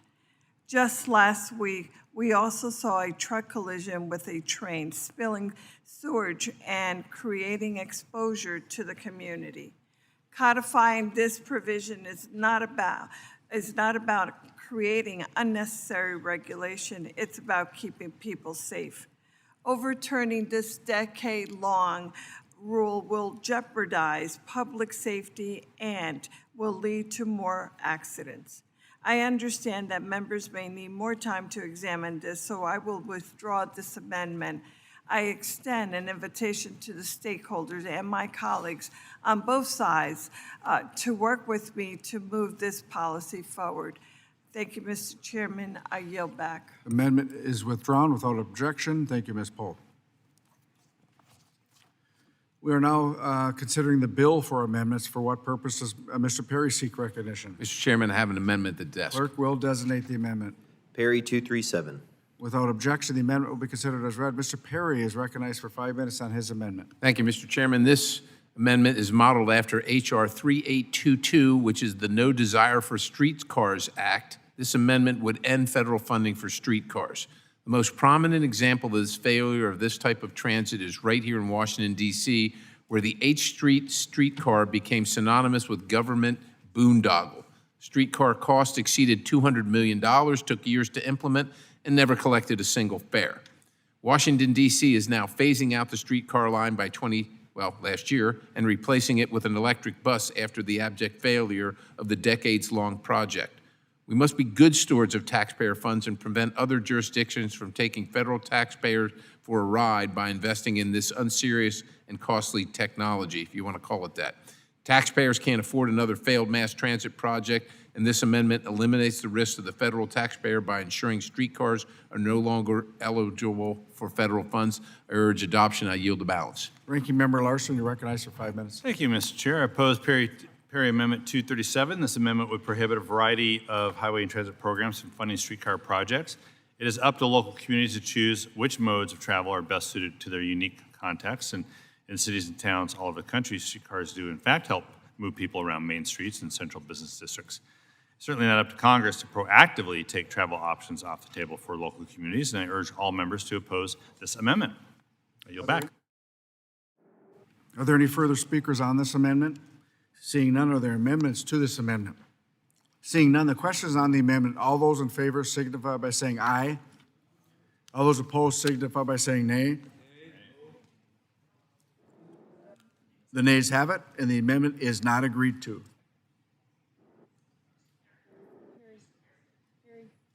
Chairman, I have an amendment at the desk. Oh, I would like a recorded vote. Yeah, you do. Yeah, you do. Yeah, you do. Okay, we're going to go on. A roll call vote has been requested. All right, Ryan. For what purpose does Mr. Ryan seek recognition? To give a break from Mr. Perry, Mr. Chair. Thank you, Mr. Ryan. And I have an amendment at the desk. The clerk will designate. Ryan 075. Without objection, the amendment will be considered as read. Mr. Ryan, you are recognized for 5 minutes to speak on your amendment. Thank you, Mr. Chair. This amendment requires the Federal Highway Administration to report to Congress on its compliance with both current law and executive orders when it comes to approving federal highway and bridge projects that incorporate project labor agreements. There is long-standing bipartisan consensus PLAs are not only good for our highly skilled building trades workers, ensuring good wages and safe conditions, but are also proven to improve project outcomes, both in terms of lowering costs and ensuring on-time delivery. Yet, this administration's Federal Highway Administration has dragged its feet for over a year in approving a long list of federal highway and bridge projects that incorporate PLAs. As a result, in my state, in New York, the New York State DOT and several other states across the country as well now have a backlog of critically important projects that are approved and funded but not being executed. This hurts everyone in my district: more traffic, more potholes, less jobs, and is totally unacceptable. So my amendment is straightforward and would bring accountability back to FHWA by requiring the administrator to report to Congress monthly on the status of pending PLA project requests. Mr. Chair, I would ask any members on the committee who want to work on this with me, I would welcome that. I'm working with other colleagues in a bipartisan manner to advance this on several avenues, and I will be withdrawing this amendment. I would ask your support to work on this moving forward. Yeah, and I yield back. Amendment is withdrawn without objection. Thank you, Mr. Ryan. For what purpose does Mr. Perry seek recognition? Mr. Chairman, I have an amendment at the desk. The clerk will designate the amendment.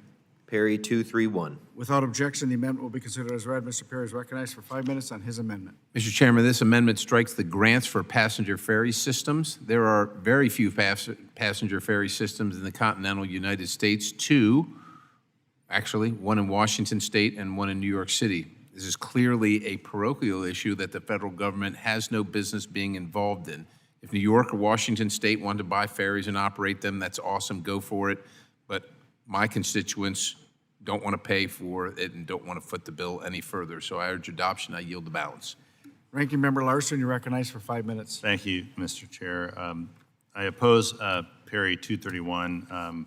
I can count 4 systems in my head right now that have passenger ferries, much less the number of ferry systems around the country that from New York, Staten Island to Washington State and Alaska to North Carolina, San Francisco system, of course.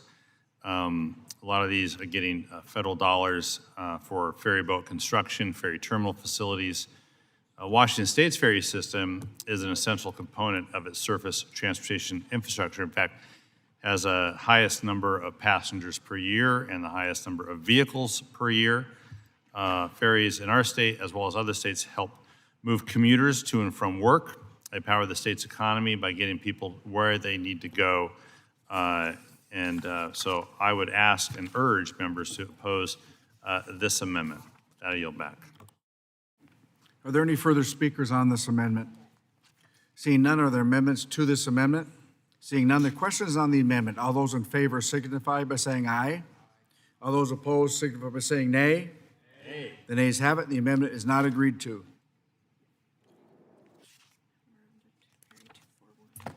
For what purpose does Mr. Perry seek recognition? Mr. Chairman, I have an amendment at the desk. Clerk will designate the amendment. Perry 241. Without objection, the amendment will be considered as read. Mr. Perry is recognized for 5 minutes on his amendment. Mr. Chairman, this amendment strikes the provision in the underlying bill that expands the number of transit agencies eligible for federal funds to cover operating expenses. Transit is the largest diversion of highway trust fund monies away from core highway and bridge funding. It receives about 20% of trust fund spending while providing for less than 4% of commutes nationwide. Transit ridership peaked in 1946, nearly 2 decades before federal funds became available for transit, and has been steadily dropping ever since. Since federal funding was introduced, transit worker productivity has plummeted while operating expense, particularly labor expenses, have skyrocketed. While a significant portion of this is due to the 13C employee protective arrangements I described during previous amendment debate, the mere availability of federal funding has greatly inflated these costs. Transit agencies are not worried about costs when others are footing the bill. That's certainly true with capital projects, but it is even more apparent with operating costs. I urge adoption, and I yield the balance. Ranking Member Larson, you are recognized for 5 minutes. Thank you, Mr. Chair. I oppose the Perry Amendment 241. This amendment would prevent a very modest increase in the 100-bus rule. This rule governs the size of transit agencies' bus fleets for purposes of determining which agencies can use some of their transit formula funds for operating expenses. The Build America 250 Act, a bipartisan bill, increases the cap from 100 to 125 buses, providing that flexibility to a handful of small to mid-sized transit agencies across the country. So I'd ask members to oppose this amendment. With that, yield back. Are there any further speakers on this amendment? Seeing none, are there amendments to this amendment? Seeing none, the question is on the amendment. All those in favor signify by saying aye. All those opposed signify by saying nay. Nay. The nays have it, and the amendment is not agreed to. Recorded vote is requested.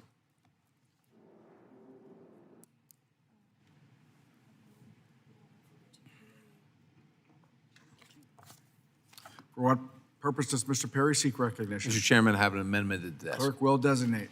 Perry 242. Without objection, the amendment will be considered as read. Mr. Perry is recognized for 5 minutes to speak. Mr. Chairman, this amendment would strike the continuation of the capital and preventive maintenance grants to the Washington Metropolitan Area Transit Authority. Taxpayers across this country should not be forced to foot the bill for the WMATA system, both through direct grants and indirectly through grants to Maryland, Virginia, and Washington, D.C. As is the case with many transit agencies, WMATA is much less careful with spending other people's money, and directly infusing the system with federal spending severs the accountability that riders and taxpayers alike have when it is funneled through local governments. As a result of this dual stream of funding, many of the localities in the WMATA system have their own transit systems, creating significant federally funded duplication. Instead of creating their own parallel systems, these localities should be forced to foot the bill of the WMATA system and not force the rest of the country to do it. I urge adoption, and I yield the balance. Ranking Member Larson, recognized for 5 minutes. Thank you, Mr. Chair. I oppose Perry 242. This amendment would strike the extension of capital and preventive maintenance grants for the region's transit agency, WMATA. WMATA is a system that many people in this region use. It's a system that many people from around the country use when they're visiting our nation's capital, and I'm a witness to that, as I happen to use the system when I'm here in D.C. area. With regards to the regional systems, those regional systems coordinate with the WMATA system, but the WMATA system does not go everywhere that some of these county-based transit agencies go, so that's why that coordination takes place. So we should want buses and trains that keep DC moving, and we should want buses and trains that the rest of the people in the country can use when they visit our great nation's capital. And we should want that system to be in the best shape possible, especially as we head into the summer celebration for America's 250th birthday. So I'd urge all members to oppose this amendment. With that, yield back. Do any members wish to be recognized on the amendment? Representative Norton, you're recognized.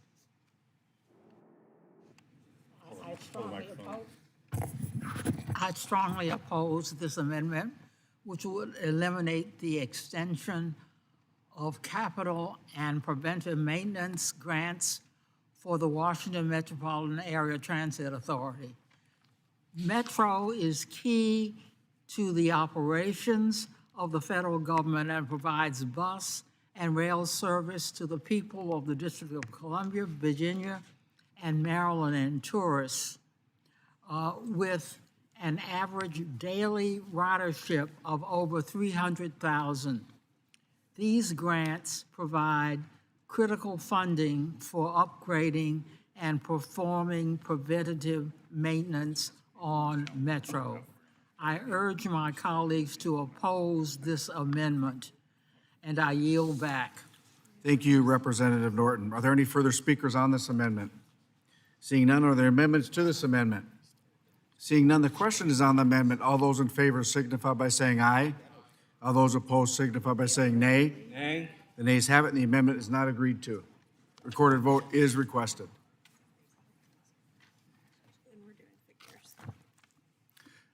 We are now considering the bill for amendments. For what purpose does Mr. Figure seek recognition? I have an amendment at the desk. Clerk will designate the amendment. Figure 064. Without objection, the amendment will be considered as read. Mr. Figures is recognized for 5 minutes on his amendment. Understanding the rule of 4, I will withdraw this amendment, but my amendment would ensure that the Mobile Bridge and Bayway project that we have been working to secure federal assistance for at typical funding levels for nearly 15 years, at least that long now, it would ensure full funding for that. And I look forward to working with the committee to get there. This is a critical project that for years has stood as the largest shovel-ready infrastructure project in the nation, but for a variety of reasons, the federal share for this project has not risen to the level that it does for typically for similar-sized projects, where the federal share typically hovers around about 75%. That has been inverted for whatever reason in this case, and the expectation for the state of Alabama is that they take on about 75% of the cost of this project, which is unusual, which is unfair, and which is something that I hope that we can find a way to work around. This is an urgent project. The Port of Mobile now is the deepest port in the Gulf. We expect to see a large increase over the next several years of containers coming into that port and getting out of that port. This bridge is critical to our ability to maximize the capacity of our new port depth. And so we have to find a way to get through this. The previous administration gave us an enormous down payment on this, and we have been working and trying with the current administration and previous administrations also to get this project off of the ground. And so I look forward to working with this committee and with the department to free this up. But I raise this primarily from a sense of urgency and to highlight the fact that projects like this should not take this long to get right from a financing standpoint. This is a project that is critical to the state of Alabama and to the Southeast region. So with that, I will withdraw the amendment, and thank you, Mr. Chair. I yield back. Amendment is withdrawn without objection.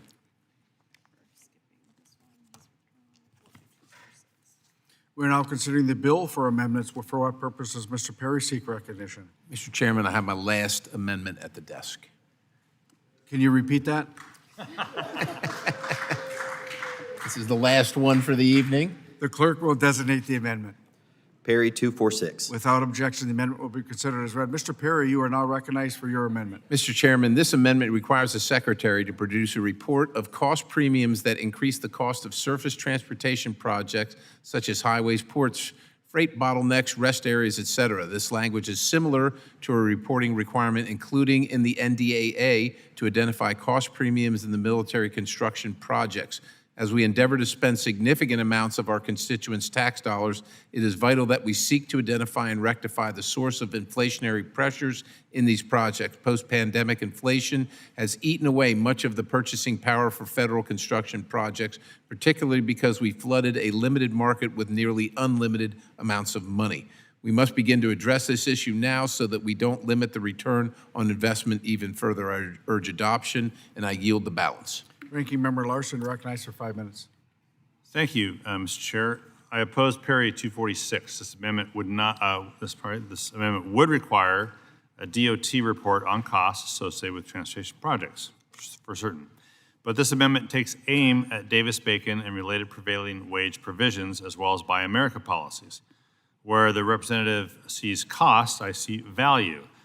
I understand the importance of providing a wage floor, supporting the women and men in our transportation and construction trades, and bolstering American manufacturing. These longstanding policy provisions support hardworking American families and ensure our infrastructure projects are built to the highest standard, and I would urge members to oppose this amendment. Thank you, Mr. Larson. Are there any further speakers on this amendment? Seeing none, are there amendments to this amendment? Seeing none, the question is on the amendment. All those in favor signify by saying aye. All those opposed signify by saying nay. Nay. The nays have it, and the amendment is not agreed to. Recorded vote is requested. For what purpose does Mr. Ryan seek recognition? I have an amendment at the desk, Mr. The Chair. clerk will designate the amendment. Ryan 073. Without objection, the amendment will be considered as read. Mr. Ryan is recognized for 5 minutes on your amendment. Thank you, Mr. Chair. My amendment would add my legislation, the Repair Infrastructure Act, to this surface transportation bill. I'm proud to co-sponsor this important legislation with my colleague, Mr. Figures from Alabama. It builds on the success of the bipartisan Reconnecting Communities grant program, expanding and improving it for communities across the country to leverage. The Reconnecting Communities program has proven crucial to districts like mine in the Hudson Valley in New York, where many roads and highways were overbuilt during a period of urban renewal in the 60s, dividing vibrant communities, leaving entire neighborhoods cut off from accessing essentials like grocery stores, medical centers, places of worship. For example, in my district, the city of Kingston, my hometown, was awarded an RCP planning and design grant a year ago to reconfigure US Route 9W, which bisects the city, cutting off community access for residents and limiting transportation options. It's a huge opportunity, and we're fully leaning into it. We're also working to advance a similar project in Poughkeepsie, where the Route 4455 arterial cut the city in half, similarly after urban renewal in the 60s. Hudson Valley families and commuters deserve cohesive, safe neighborhoods, access to good schools, high-paying jobs, and thriving local businesses. That's exactly what my bill does by codifying language to ensure that the purpose and the effectiveness of the Reconnecting Communities grant program lives on through the Repair Infrastructure Act. We need to do all we can to preserve this critical bipartisan DOT program for projects that promote economic development, increase access to daily destinations, prioritize community involvement, and prevent displacement. I believe my co-sponsor may want to speak on this as well, Mr. Chair. But after that, we do plan to withdraw the amendment and continue to advance it both in the House and the Senate. Representative Figures, you're recognized. In the interest of thanking Representative Perry for that being his last amendment, I will be incredibly brief here and just associate my comments with my colleague, Mr. Ryan. This grant program is something that is enormously important. It was enormously effective and something that we should prioritize, and I look forward to working with this committee to do just that going forward. Thank you, and I yield back. Okay, Mr. Ryan withdraws the amendment and without objection. Very good. Now we're going to Mr. Garcia. For what purpose does Mr. Garcia seek recognition? Mr. Chairman, I have an amendment at the desk. The clerk will designate the amendment. Garcia 043. Without objection, the amendment will be considered as read. Mr. Garcia is recognized for 5 minutes on your amendment. Thank you, Mr. Chairman. The current bill requires a human operator on school buses and hazmat vehicles. This amendment would also require human fallback safety operators for transit vehicles for the next 10 years. Autonomous vehicles technology is still in development, and many autonomous vans and cars have been in tragic accidents. It is risky to put the lives of millions of bus riders in harm's way. When technology fails, and there are bound to be instances of that, someone needs to be on board, ready to grab the wheel. It's common sense. Transit riders include millions of elderly people and people with disabilities? Are we prepared to place a grandmother on a bus without a safety net? Let's also remember that bus drivers do amazing things. They help maintain a safe and secure environment on the vehicle. They assist elderly passengers board and help with wheelchairs, and they handle unruly passengers and step up during emergencies. If the Secretary determines that human beings are no longer needed to do all the things I just described, or needed to secure control of a vehicle where the automated driving system has failed, then the Secretary may waive the fallback safety operator requirement. But until then, don't let the robot drive the bus. Let's stand up for good, solid American union jobs. Thank you, Mr. Chair. Do any other members wish to be recognized on the amendment? Thank you, Mr. Garcia. I recognize, oh, I'm sorry, Mrs. Poe. Go ahead, you're recognized. Thank you. Thank you. I will be quick. Thank you, Mr. Chairman. I'm actually losing my voice here. As our infrastructure has modernized, so too have the vehicles we rely on every single day. We need and support innovation, but we must not forget that progress cannot come at the expense of safety. Just last January, DOT showcased its work on an autonomous vehicle by inviting people to ride in an autonomous public transit bus. During that demonstration, the bus was struck by a Tesla after the driver made an illegal lane change. Fortunately, the bus had a human driver behind the wheel. Having operators on the scene helps in the case of an emergency and allows for a quick action, if and when necessary. Progress should not be a one-size-fits-all solution. Technology should work in coordination with, not at the expense of, real drivers and operators. I want to thank Mr. Garcia for bringing this issue to light. With that, Mr. Chairman, thank you so very much. I yield back. Thank you. Do any members, other members wish to be recognized? I recognize myself for 5 minutes. I oppose this amendment. The bill contains a robust safety framework for autonomous commercial motor vehicles, a first in American history. This amendment would stymie the development of a safe autonomous vehicle industry by effectively banning autonomous buses for more than a decade. The underlying AV provisions is supported by both industry and labor, and there is no reason to make it more difficult for this industry to succeed when we are on the cusp of helping it reach new heights. Therefore, I must oppose the amendment. I urge my colleagues to vote no. Are there any further speakers on the amendment? Seeing none. Are there amendments to this amendment? Seeing none, the question is on the amendment. All those in favor signify by saying aye. All those opposed signify by saying nay. The nays have it. The amendment is not agreed to.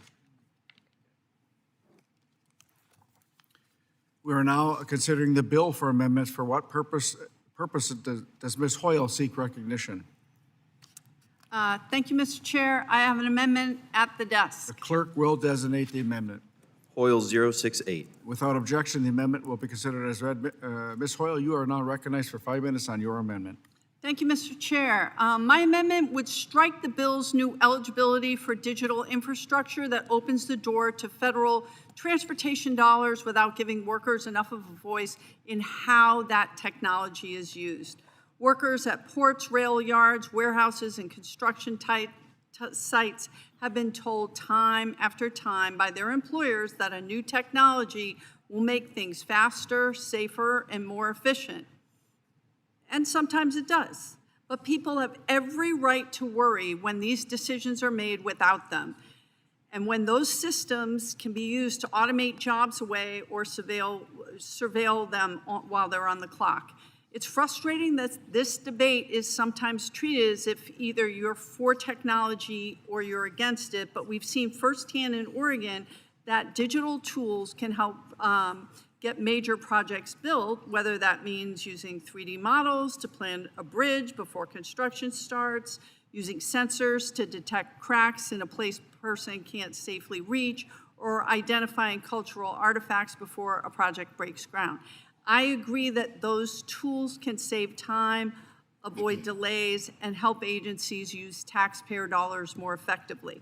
But I worry the language in the bill isn't clear enough about where that line is. Despite the many good uses, it could open the door for federal transportation dollars to subsidize systems that monitor workers, automate tasks, or collect sensitive data.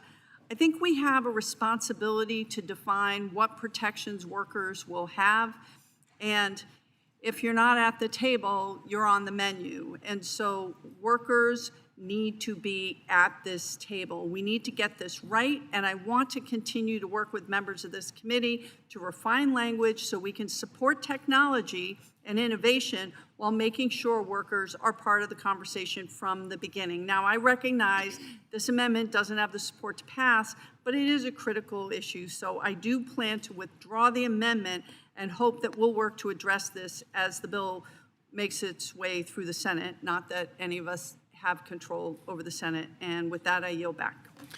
Ms. Hoyle withdraws her amendment, without objection accepted. You know, before we move to the next amendment, I want members of this committee to flag we are wrapping up our debate. We anticipate votes around midnight, so members should start returning back to the committee. For what purpose does Mr. Johnson seek recognition? I have an amendment at the desk. The clerk will designate the amendment. Johnson 069. Without objection, the amendment will be considered as read. Mr. Johnson is recognized for 5 minutes on your amendment. Mr. Chairman, we did 069 in bank with 061, so I think we should be on 070 at this particular time. Johnson 070. Okay, Thank you. redesignate Johnson 070. Thank you, Without Mr. objection, that amendment will be considered as read. Mr. Johnson, you are now recognized for 5 minutes on your amendment. Thank you, Mr. Chairman. I rise to introduce an amendment that is a simple and practical fix to a recurring problem in our transportation planning process. Every 4 years, the Department of Transportation reviews our large regional planning organizations to make sure they are following federal transportation law. Sometimes these planners are required to update their long-range transportation plans and their short-term project lists on a different schedule than the federal review. So we end up evaluating a planning organization using documents that are already being replaced. It is like trying to plan your day using last week's weather report. The information is outdated before you even start. That does not help the public, the planning organization, and it does not help us make better decisions about transportation investments. My investment simply gives these planning organizations a narrow, one-time extension of their current certification. It will allow them to first finish their updated plans and then go through the federal review with the right information in front of them. It cuts out the repeat work, the inefficiency, and the administrative burden that serves no one. This is about letting transportation professionals focus on delivering the real projects our communities need instead of wasting time on paperwork that no longer reflects what is happening on the ground. We are not weakening oversight. We are not changing any standards. We're simply fixing a process that has become inefficient and out of order. And Mr. Chair, I hope that we, you, I, and the ranking member can work together to address the very practical concerns raised in this amendment. And with that, I will withdraw the amendment. Thank you. Mr. Johnson withdraws the amendment, accepted without prejudice.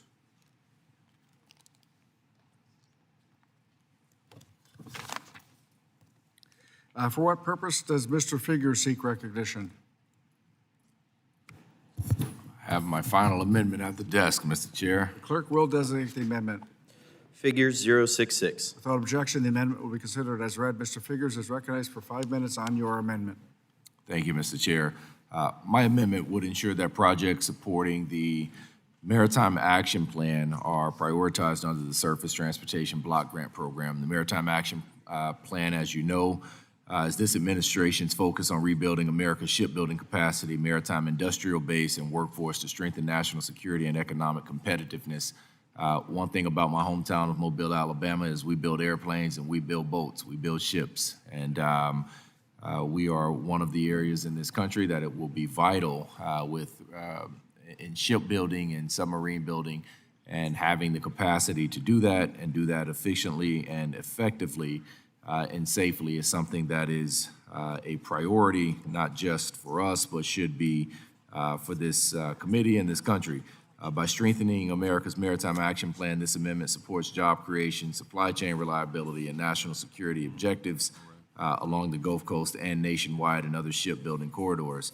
This amendment clarifies that road access projects that support shipyards and maritime facilities are eligible under the grant program, including facilities such as the Mobile Navy Yard, Naval Yard. These investments are critical to moving workers, modules, and cargo efficiently and safely, and will be critical to getting the United States to the point where we have the naval and shipbuilding capacity that we need to effectively defend ourselves and our interests around the world. With that, I yield back, Mr. Chair.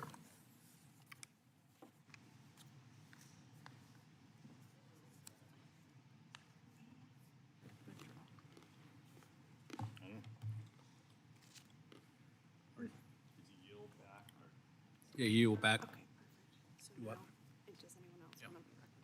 Does anyone else want to be recognized on the amendment? Mr. Petronis.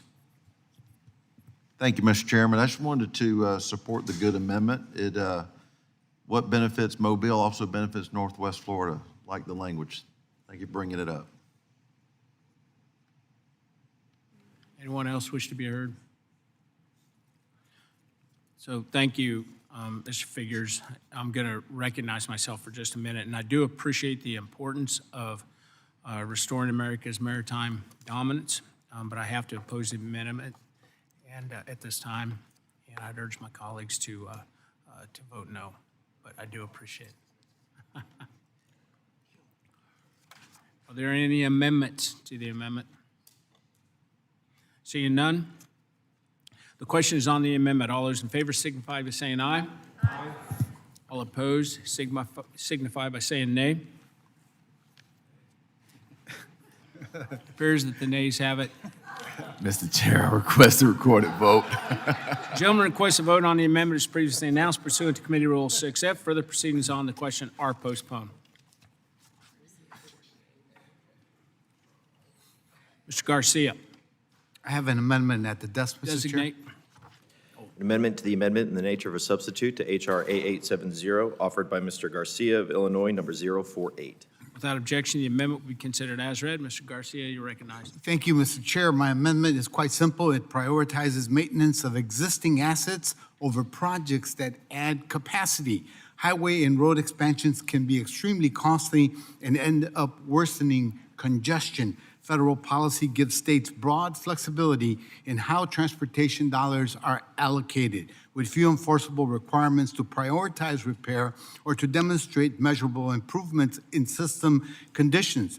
As a result, states can expand road capacity while delaying essential maintenance, leaving existing infrastructure to fall further into disrepair. Decades of increased spending simply have not translated into better outcomes. The American Society of Civil Engineers 2025 report card rates roads a D+ and bridges a C-, essentially the same scores from their 2001 report. We should ensure that federal transportation funding is paired with strong accountability measures that prioritize repair and improve performance. My amendment does just that. Thank you, Mr. Chair. I recognize myself. I do oppose the amendment. Everyone knows that I strongly support the ability for states to prioritize and address their needs, including projects to increase capacity. And I strongly oppose this amendment and urge all of my colleagues to vote no. Does anyone else wish to be heard on the amendment? Seeing none, are there any amendments to the amendment?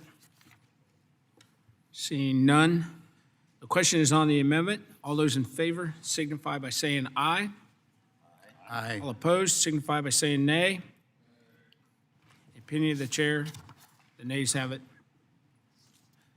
The nays do have it. The amendment's not agreed to. Thank you, Mr. Garcia.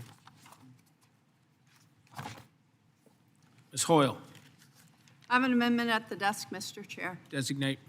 An amendment to the amendment in the nature of a substitute to H.R. 8870, offered by Ms. Hoyle of Oregon, number 069. All right. I'm not Thank you, Mr. Chair.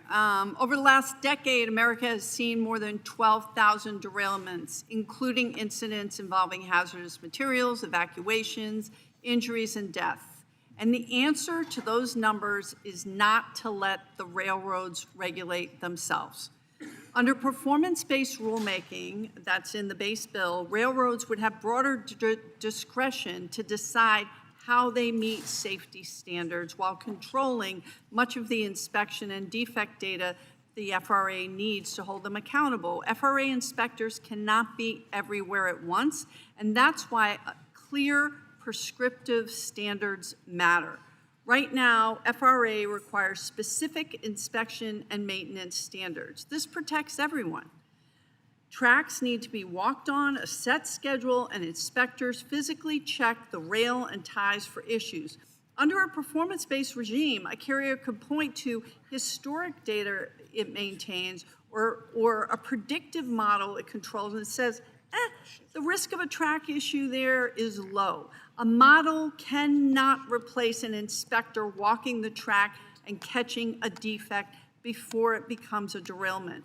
Safety gains came from enforceable federal standards, inspections, staffing requirements, and oversight, not from allowing railroads or any industry to self-certify safety outcomes, not when lives are at stake. I intended to offer and withdraw this amendment to share my concerns about a section of the bill that pushes the FRA towards this so-called performance-based rulemaking, which just waters down all of the standards that we worked so hard to put into place. I think the base bill's language needs more work, and I hope we can all come together to preserve the FRA's ability to issue strong, enforceable safety rules that protect everyone, both the industry, the workers, and the communities that live and exist around railroads. I yield back. Are you withdrawing, or are you going to hang on? I'd like to withdraw. Okay, thank you. Yeah. I appreciate it. We would put a lot of work into negotiating in the bill, but I appreciate you doing that. Yeah, appreciate that. Again, I'm going to remind members to come to the committee room. We're going to start voting here very quickly at midnight, and so please get back to the committee. Mr. Johnson.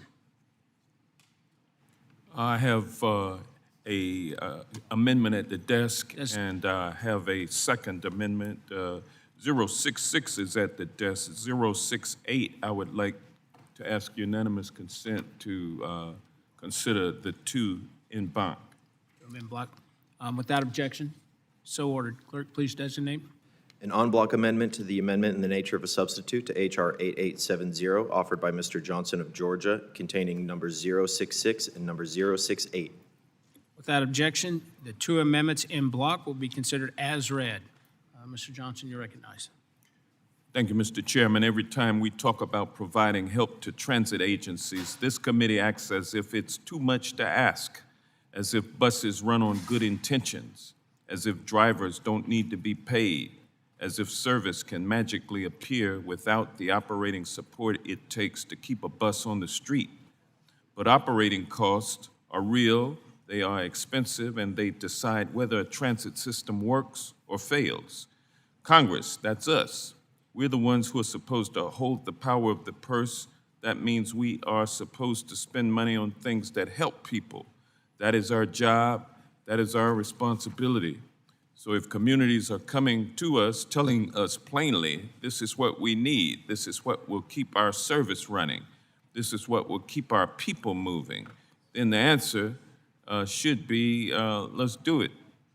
I don't know why we don't want to do it. That's why I have these two amendments to do something about it. My first amendment will allow large transit systems to use their federal transit formula funds for operating costs in any month when the average national gas price exceeds $4 per gallon. My second amendment is the Stronger Communities Through Better Transit Act, a transit operations bill that gives agencies the resources they badly need to keep service on the street. We all know the cost of living is at an all-time high. People are stretched thin, and they are relying on buses to take some of that weight off their shoulders. For some people, transit is the thing that holds their day together, and that's exactly why we talk about operating costs so much. I want to assume that everyone in the room wants to work on a bill that actually helps the American people. So if anyone can tell me how this amendment harms us, how giving communities the ability to keep their buses running somehow hurts the public, then I certainly would like to hear it, but there's no answer to that question. We need to invest in the very thing that keeps our communities upright. Mr. Chairman, Mr. Ranking Member, we have put our parties aside before in this committee to help the American people. I'm simply asking us to do it again by supporting this amendment, which I know is not going to happen, but I felt compelled to place these two amendments into the record, and with that, I will withdraw them both, and I yield back. Thank you, Mr. Johnson. I appreciate that. Ms. Titus. Thank you, Mr. Chairman. I have an amendment at the desk. Designate. An amendment to the amendment in the nature of a substitute to H.R. 8870, offered by Ms. Titus of Nevada, number 307. Without objection, the amendment be considered as read. Ms. Titus, you're recognized. Thank you, Mr. Chairman. I'm proud to have led numerous provisions in the bill which we're considering today to modernize our regulations for the commercial transportation of lithium-ion batteries. Now I'm bringing an amendment that was brought to me by the American Trucking Association, which would help further modernize regulations to keep pace with technological innovation.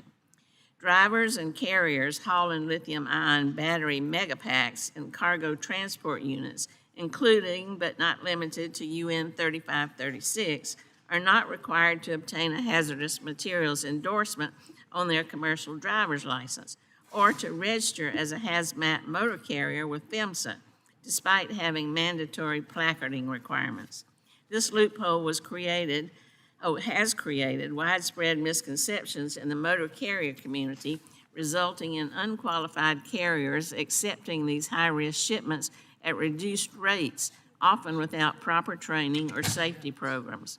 This targeted change, supported by the industry, would ensure carriers have the appropriate credentials, former training, and accountability, significantly improving safety and creating a level playing field without broad new burdens on any other Class 9 materials. For the safety of the traveling public, the truck drivers, and the other cars on the road, I urge my colleagues to support this amendment. Thank you. I yield back. I yield myself time. I do oppose the amendment. Lithium-ion batteries are a Class 9 material that do not require a hazmat endorsement. Other Class 9s are dry ice and car airbags.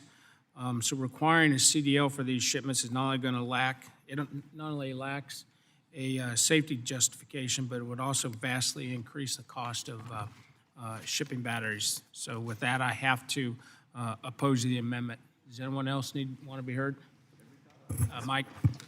Thank you, Mr. Chairman. I want to speak in support of the amendment. I think it's worth noting, especially when we talk about chameleon trucking that's going on out there.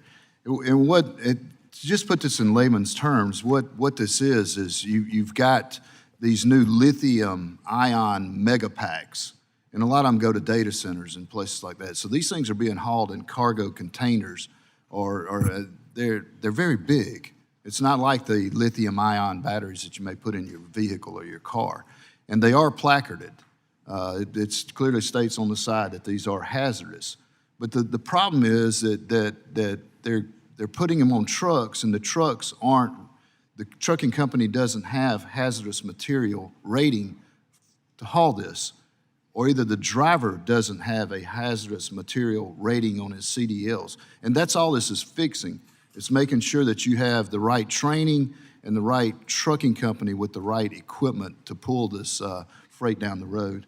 So that's why I encourage you to vote and support this, and I yield back.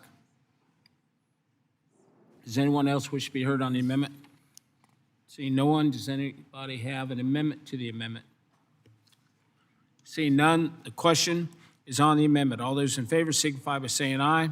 Aye. All opposed signify by saying nay. In the opinion of the chair, the nays have it. The gentlelady requests a vote on the amendment as previously announced pursuant to Committee Rule 6F. Further proceedings on the question are postponed. Seth. Mr. Moulton, you're recognized. Chairman, I have an amendment to ask. Designate. An amendment to the amendment in the nature of a substitute to H.R. 8870, offered by Mr. Moulton of Massachusetts, number 076. Without objection, the amendment will be considered as read. Mr. Moulton, you're recognized. Thank you, Mr. Chairman. There have been a number of provisions, a number of amendments that we've discussed in the course of today to try to modernize American railroads and push them towards newer technology. One thing that is prevalent throughout the rest of the world is electrification. It's striking that so many other nations have highly electrified railways, 99% electrified in India, or 75% in climbing in China. Now, they're making these decisions because they're in the economic interest of the railroads. But many of our railroads have not looked at this for a long time. So this provision, this amendment, simply calls on the FRA to conduct a study on electrification, to identify corridors in the U.S. where it would make economic sense, be a wise investment of dollars, a wise investment in the future of our infrastructure, and help modernize our railroads for the future. That's it, Mr. Chairman. I yield back. I yield myself time. As members may recall, in 2024, the T&I Rail Subcommittee held a hearing on California's attempt to impose nationwide electrification of the freight rail network through a so-called inline locomotive regulations, EPA waiver request. And so the waiver request included a cost analysis demonstrating direct costs in the hundreds of billions of dollars. Witnesses at the hearing described the enormous cost that this regulation would impose on railroad shippers and the broader economy. The California waiver proposal received criticism from both sides of the dais, and I see no reason to revisit this issue. Mr. Chairman, may I comment? Sure. This is very different because this is not saying, like the California proposal, which I also opposed, that you're going to force electrification on anybody. What it's saying is let's look at where it might make economic sense. And I think that's a reasonable question to ask. Well, I just don't see a reason to revisit this. And so I have to oppose the amendment, and I would encourage my colleagues to vote no. Does anyone else wish to be heard on the amendment? Seeing no one, are there any amendments to the amendment? Seeing none, the question is on the amendment. All those in favor signify by saying aye. Aye. All opposed signify by saying nay. Nay. The opinion of the chair, the nays have it. Request for recorded vote. Gentleman requests a vote on the amendment as previously announced pursuant to Committee Rule 6F. Further proceedings on the amendment are postponed. Mr. Garcia. Mr. Chairman, I have an amendment that's my final one. Designate. An amendment to the amendment in the nature of a substitute to H.R. 8870, offered by Mr. Garcia of Illinois, number Objection. The 049. amendment will be considered as read. Mr. Garcia. Thank you, Mr. Chairman. This amendment is about making sure that all people, including seniors and those with disabilities, are able to use EV charging stations throughout our communities. It does so by requiring the U.S. Access Board, the federal agency tasked with setting accessibility guidelines, to finalize their guidance for EV chargers within 18 months. Unfortunately, guidance from the Access Board has been delayed for nearly 2 years.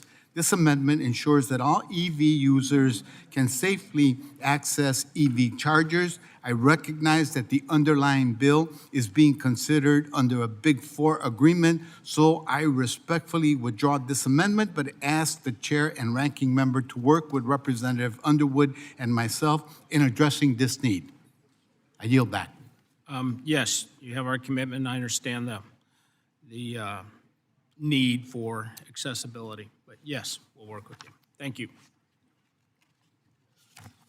Mr. Moulton. Amendment at the desk. Designate. Moulton, Word 1. Without objection, the amendment be considered as read. Moulton is recognized. Mr. Moulton, you're recognized. Mr. Chairman, I'm offering and withdrawing this amendment, but I just want to explain what it does. It takes a look at the concept of through running. Most railroad stations were constructed in the 19th century, originally around our cities, often at the periphery because individual lines were built by private companies to bring people into cities, but not through them. As a result, there are a lot of cities around the world, both in the United States and across the world, that have city stations on the periphery that are disconnected. And as a result, trains do not run through them. Not that there was a time when if you simply wanted to take the train from New York to Washington, you had to stop at a northern station in Baltimore, transit the city by carriage, and then get in another station to continue on to the south before they build a tunnel under the city.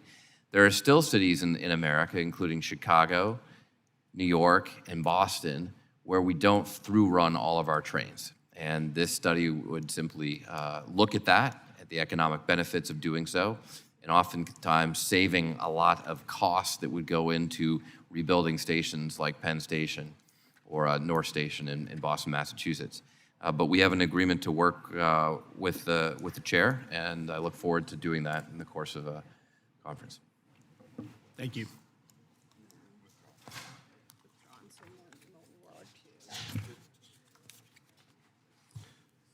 Seth, next one. Mr. Moulton. Word 2. Are you good? Are you good? Okay. And the last, Ms. Okay, Ms. Hoyle. Thanks, Seth.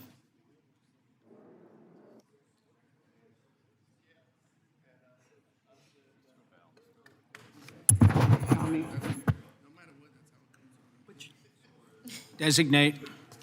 Okay. Hoyle 064, Revision 1. Thank Without you, objection, the amendment be considered as read. Ms. Hoyle, you're recognized. Thank you, Mr. Chair.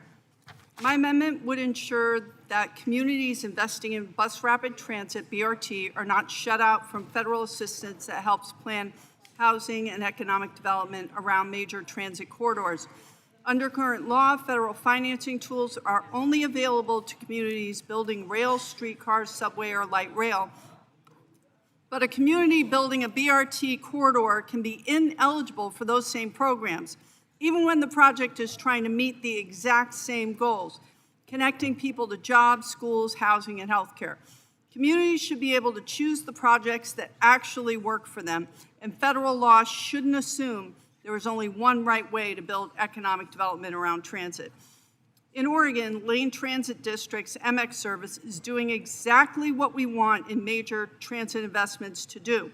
Bring more people into the region, create stronger connections between where people live and where they're going. Since the line opened, ridership in the corridor has grown from about 2,700 riders to more than 6,000 per day, and trip times are substantially down from the traditional bus routes that are replaced. Future BRT investments deserve the same chance to become anchors for growth, like TriMet's 82nd Avenue project, which would connect communities across Portland, support housing, jobs, and redevelopment along the corridor. I urge support for my amendment, and I yield back. Thank you, Ms. Hoyle. I recognize myself for just a few minutes. I support the amendment. Does anyone else wish to be heard? Seeing no one. Are there any amendments to the amendment? Seeing none, the question is on the amendment. All those in favor signify by saying aye. Aye. All opposed signify by saying nay. Nay. Opinion of the chair, the ayes have it. The ayes do have it. The amendment's adopted. If you're going to support the last amendment, I have one. All right, who's missing? Stan's here.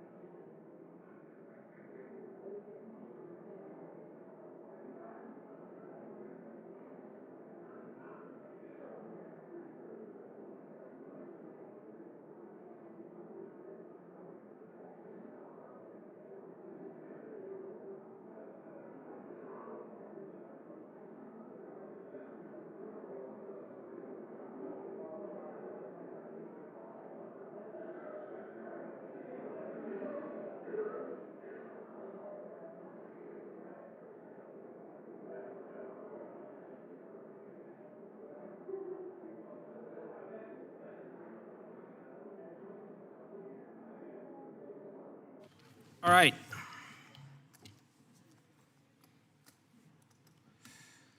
Let's go back through these. Let's get through them as quickly as we can. Make sure you know what you are voting on. So the First Amendment is number 223, offered by Mr. Perry, on which a recorded vote was ordered, which was not agreed to by voice vote. Is a recorded vote still requested? It is still requested. The chairman intends to vote no. Ranking will vote no. Open the board.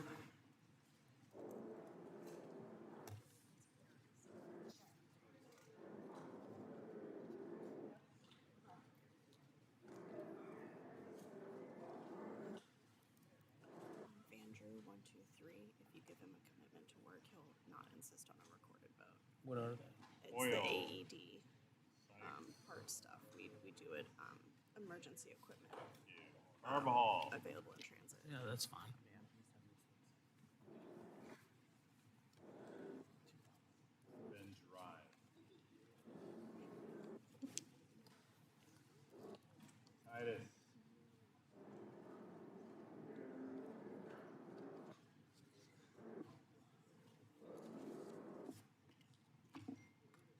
Tracy? Is that it? All right. Close the board and announce the total. I need a pen. Mr. Chairman, on that vote, there are 24 yeas and 40 nays. I voted 24 yeas and 40 nays. The amendment is not agreed to. Next vote is amendment number 79, revision 1, offered by Mr. Garamendi, in which a recorded vote was ordered and which was not agreed to by voice vote. Is a recorded vote still requested? Yes. Yes. A recorded vote is still requested. Chairman intends to vote no. Ranking, due to Big Four, will vote no. Open the board.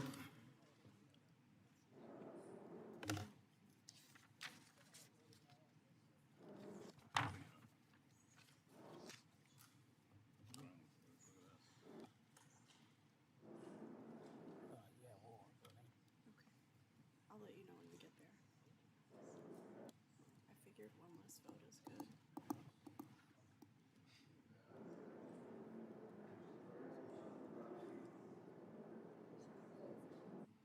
Hillary.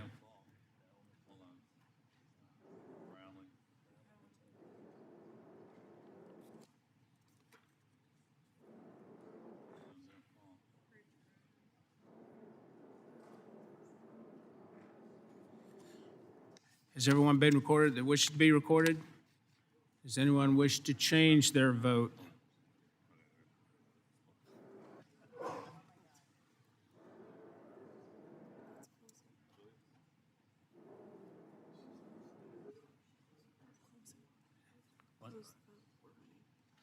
Close the board and announce the total.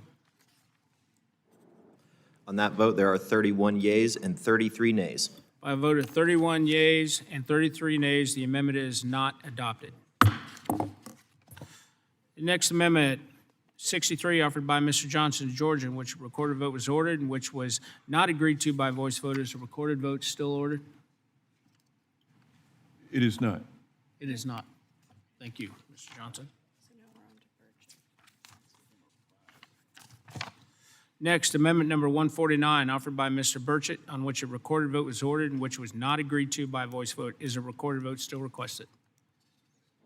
A recorded vote is still requested. Members will record their votes using the electronic system. The chairman intends to vote no. Ranking will vote no. Open the board.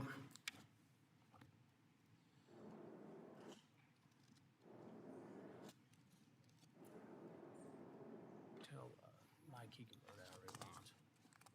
Yeah, he got it.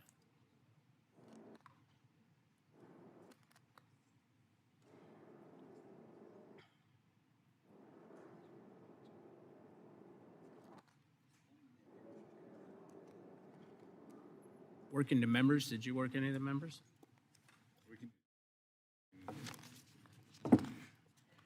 Has everybody voted that wishes to be voted?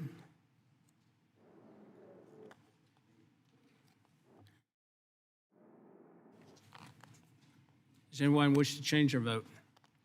Seeing none, close the board and announce the total. On that vote, there are 30 yeas and 34 nays. By a vote of 30 yeas and 34 nays, the amendment is not agreed to.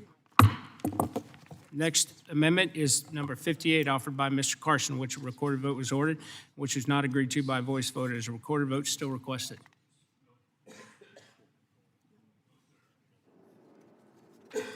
Thank you, Mr. Carson. Next amendment, number 87, offered by Mr. Nails, in which a recorded vote was ordered and which was not agreed to by voice vote. Is a recorded vote still ordered? Yes, sir. A recorded vote is still ordered. Members will record their votes using the electronic voting system. The chairman intends to vote no. Ranking voting no. Open the board.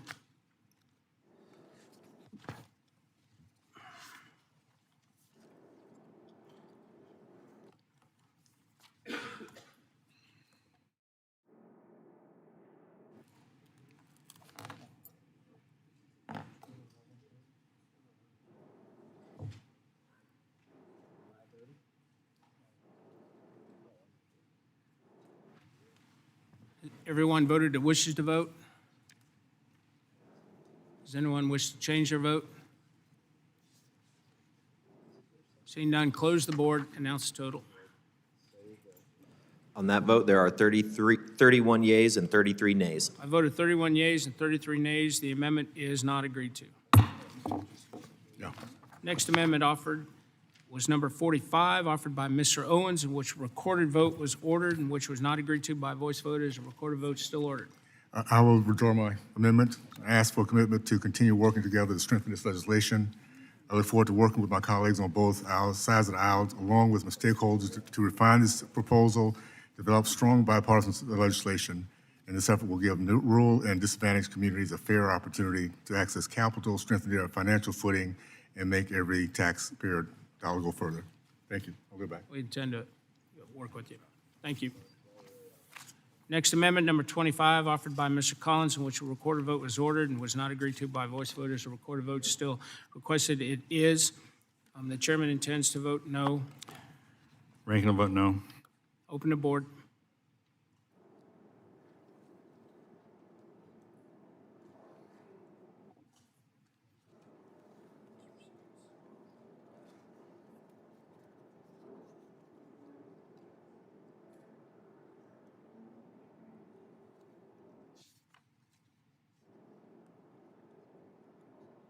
Stanton. Has everyone voted that wishes to vote? Anyone wish to change their vote? Seeing none, close the board and announce the total. On that vote, there are 33 yeas and 31 nays. A vote of 33 yeas and 31 nays. The amendment is adopted. Next, the amendment 47, offered by Mr. Kiley, on which a recorded vote was ordered, which was not agreed to by voice vote. Is a recorded vote still requested? Recorded vote is still requested. Chairman intends to vote no. Ranking will vote no. Open the board.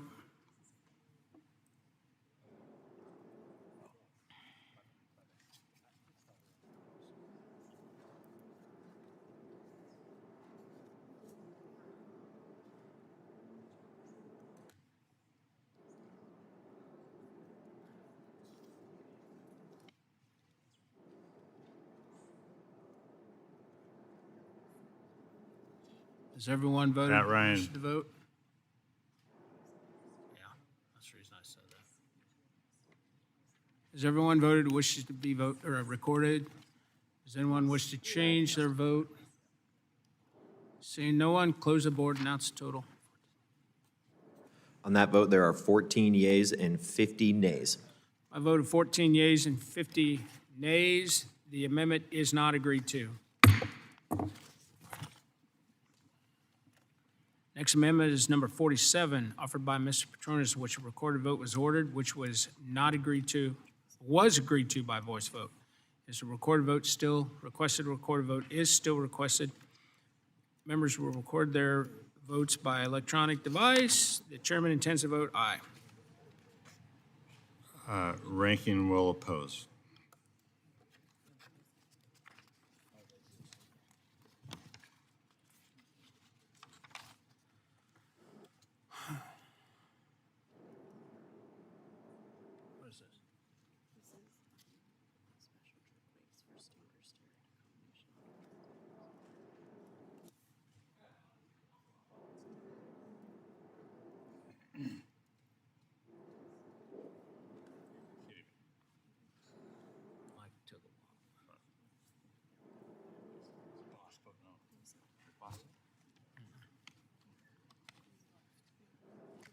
Has everyone voted that wishes to vote? Does anyone wish to change their vote? Announce the total, or close the board and announce. On that vote, there are 32 yeas and 31 nays. By a vote of 32 yeas and 31 nays, the amendment is adopted.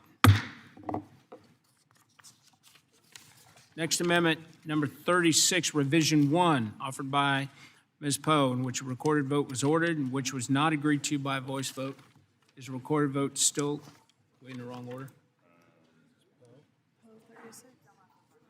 We've got it. You're right. Yeah, but I don't have that on my list, so. That's fine, thank you. What is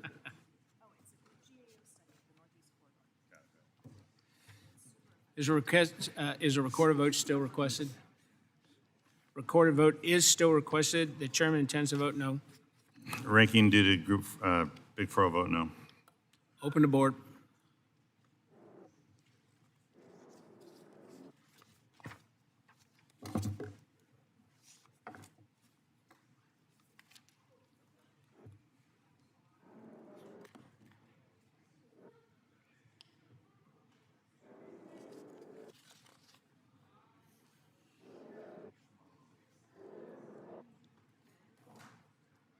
Sharice?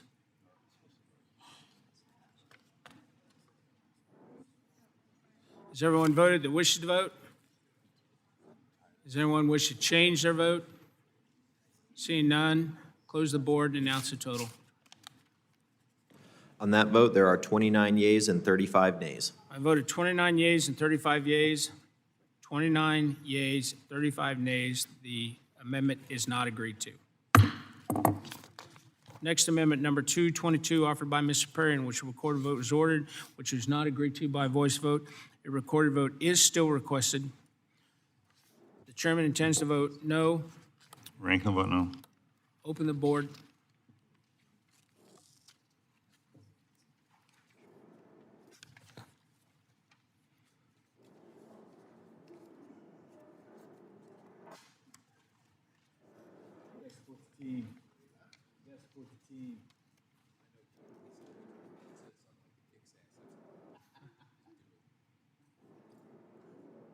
Has everyone voted that wishes to vote? Does anyone wish to change their vote? Seeing no one, close the board and announce the total. On that vote, there are 18 yeas and 46 nays. I voted 18 yeas and 46 nays. The amendment is not agreed to. Next, amendment number 77, offered by Mr. DeLuzio on behalf of Mr. Garamendi, in which a recorded vote was ordered, which was not agreed to by voice vote. Is a recorded vote still ordered? A recorded vote is still ordered. Members will record their vote. The chairman intends to vote no. Ranking will vote no. Open the board.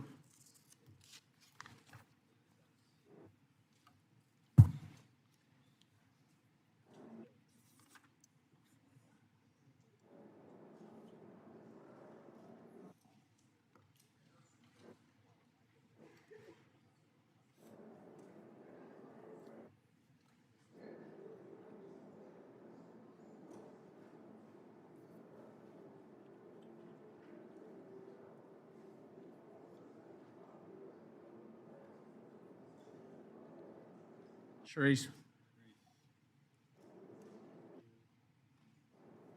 Has everyone voted that wishes to be recorded? Does anyone wish to change their vote? Seeing no one, close the board and announce the total. On that vote, there are 17 yeas and 47 nays. I voted 17 yeas, 47 nays. The amendment is not agreed to.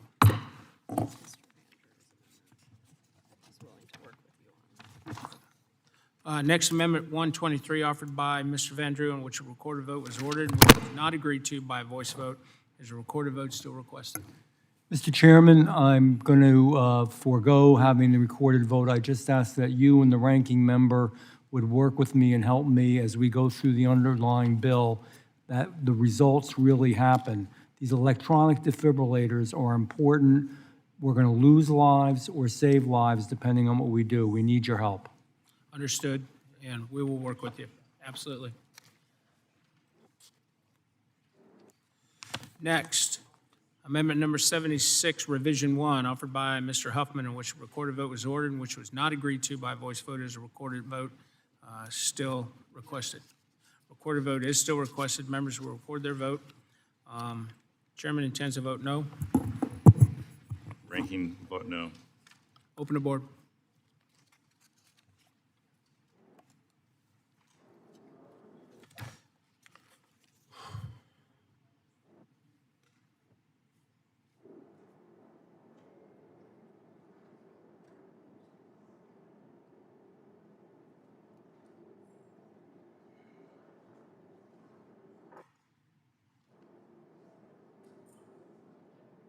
Has everyone voted that wishes to be recorded?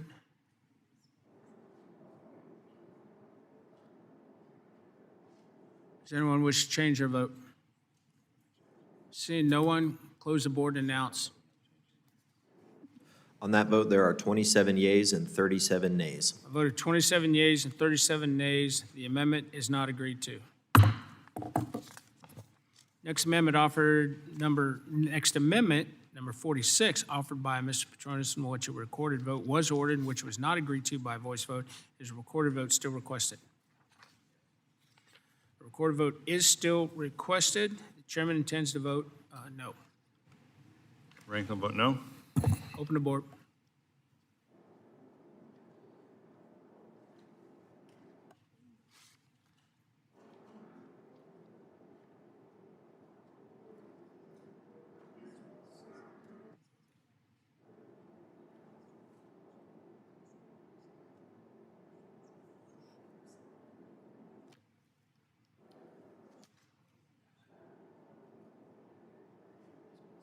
Has everyone voted that wishes to vote? Does anyone wish to change their vote? Seeing no one, close the board and announce the total. On that vote, there are 31 yeas and 33 nays. I voted 31 yeas and 33 nays. The amendment is not agreed to. Next amendment, number 226, offered by Mr. Perry, in which a recorded vote was ordered and which was not agreed to by a voice vote. A recorded vote is still requested. Chairman intends to vote no. Ranking vote no. Open the board.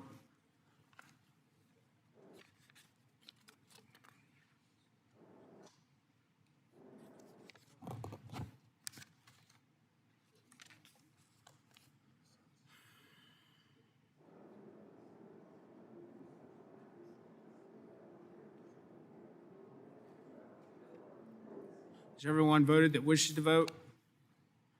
Does anyone wish to change their vote? Seeing no one, close the board and announce the total.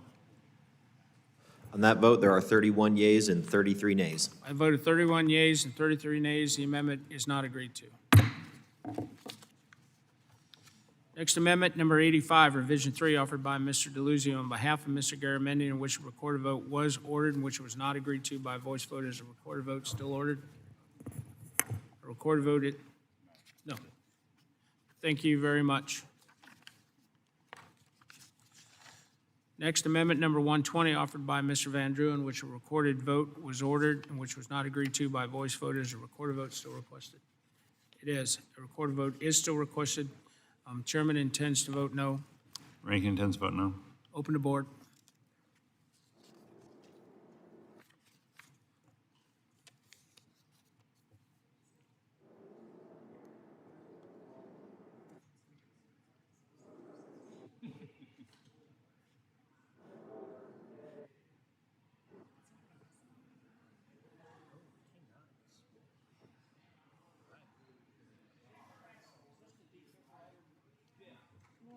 Has everyone voted that wishes to vote?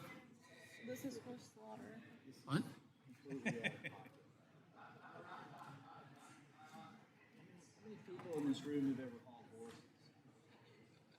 Does anyone wish to change their vote? Seeing no one, close the board and announce the total. On that vote, there are 34 yeas and 30 nays. I voted 34 yeas and 30 nays. The amendment is agreed to.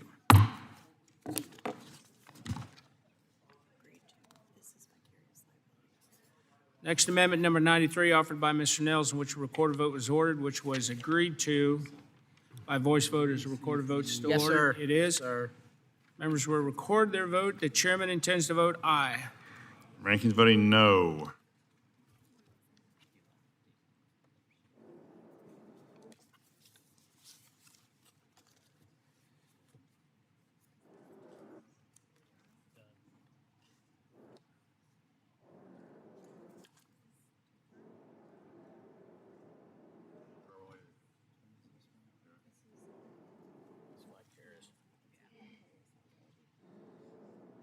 Has everyone voted that wishes to vote? Does anyone wish to change their vote? Seeing none, close the board and announce the total. On that vote, there are 36 yeas and 28 nays. I voted 36 yeas and 28 nays. The amendment is agreed to. Next amendment, number 298, offered by Ms. Titus, in which a recorded vote was ordered and which was not agreed to by voice vote. Is a recorded vote still ordered? A recorded vote is not. Thank you very much, Ms. Titus. Next amendment, number 74, offered by Mr. Huffman, in which a recorded vote was ordered and which was not agreed to by voice vote. Is a recorded vote still ordered? It is. Members will record their vote. Chairman intends to vote no. Rankin intends to vote no. Open the board.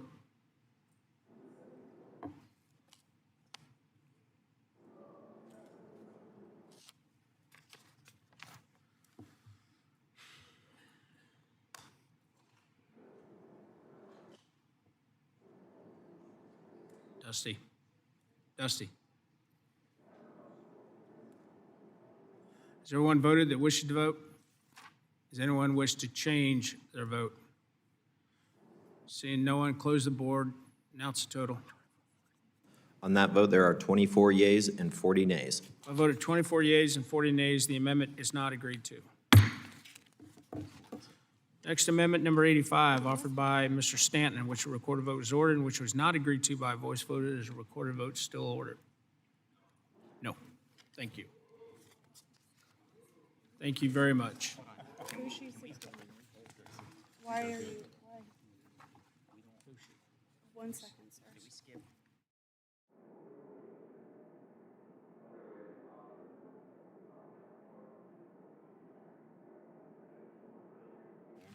Next, amendment number 61, offered by Ms. Fucci, on which a recorded vote was ordered, which was not agreed to by voice voters. A recorded vote still requested. A recorded vote is still requested. The chairman intends to vote no. Rankin will vote no. Open the board.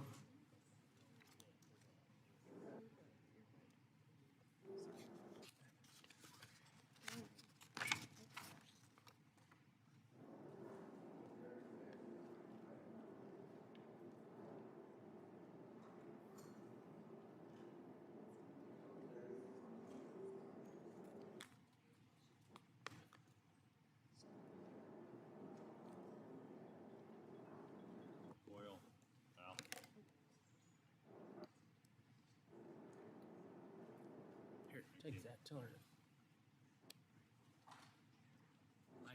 I got a call. Has everyone voted that wishes to vote? Anyone wish to change their vote? Seeing none, close the board and announce the total. On that vote, there are 28 yeas and 36 nays. I voted 28 yeas and 36 nays. The amendment is not agreed to. Next amendment, number 227, offered by Mr. Perry, in which a recorded vote was ordered, which was not agreed to by voice vote. A recorded vote is still requested. Members record their vote. The chairman intends to vote no. Rankin will vote no. Open the board.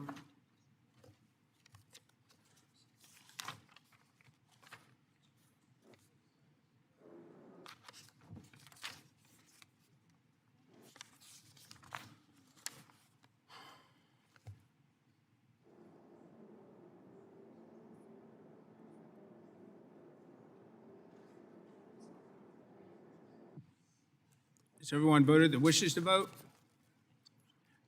Does anyone wish to change their vote? Seeing no one, close the board and announce the total. On that vote, there are 21 yeas and 43 nays. I voted 21 yeas and 43 nays. The amendment is not agreed to.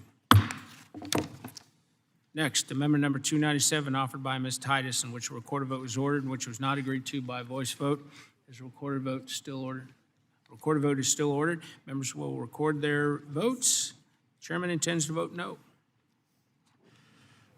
Ranking vote no. Open the board.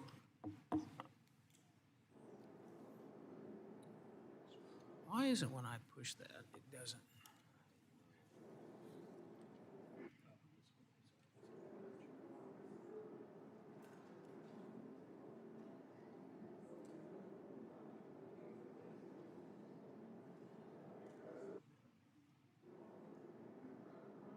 Has everyone voted that intends to vote?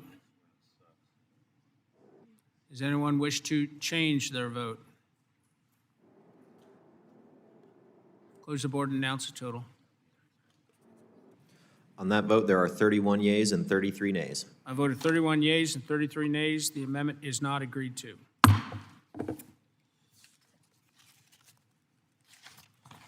Next, amendment number 221, offered by Mr. Perry, in which a recorded vote was ordered and which was not agreed to by voice vote. A recorded vote is still requested. The chairman intends to vote no. Ranking vote no. Open the board.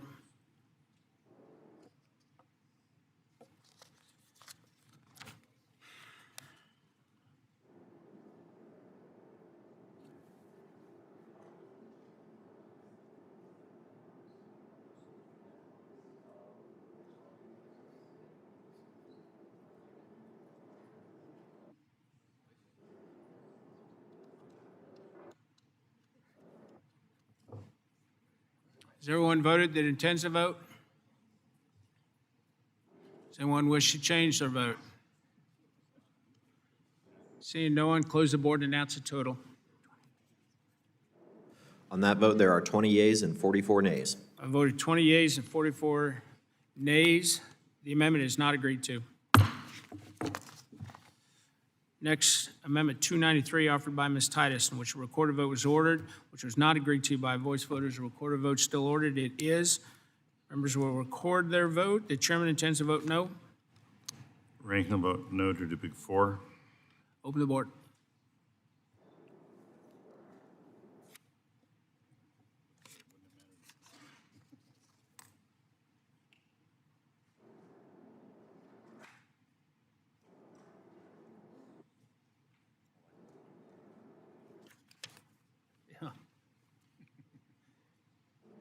Has everyone voted, Hillary? Has everyone voted that wishes to vote? Does anyone need to change their vote? Seeing no one, close the board and announce the total. On that vote, there are 27 yeas and 37 nays. I voted 27 yeas and 37 nays. The amendment is not agreed to. Next, amendment number 238, offered by Mr. Perry, on which a recorded vote was ordered and which was not agreed to by voice vote. A recorded vote is still requested. Members will record their vote. The chairman intends to vote no. Ranking vote no. Open the board.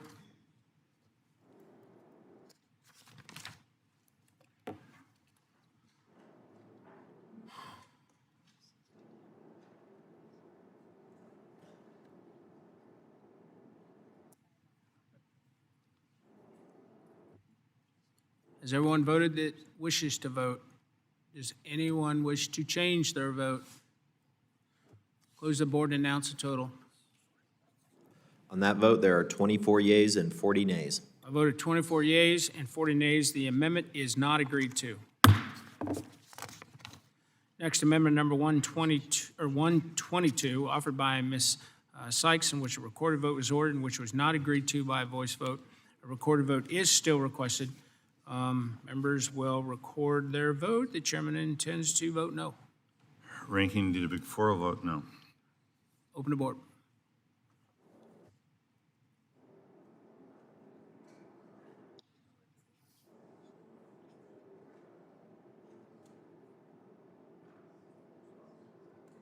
Has everyone voted that wishes to vote? Does anyone wish to change their vote? Seeing no one, close the board and announce the total. On that vote, there are 27 yeas and 37 nays. I voted 27 yeas and 37 nays. The amendment is not agreed to. Next, amendment number 296, offered by Ms. Titus, in which a recorded vote was ordered and which was not agreed to by voice vote. Is a recorded vote still ordered? Recorded vote is still ordered. Members will record their vote. The chairman intends to vote no. Ranking vote no. Open the board.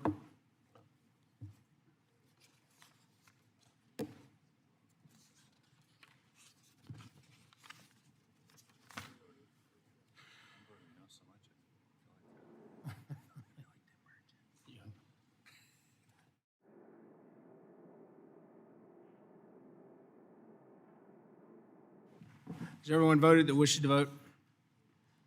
Does anyone wish to change their vote? Seeing no one, close the board and announce the total.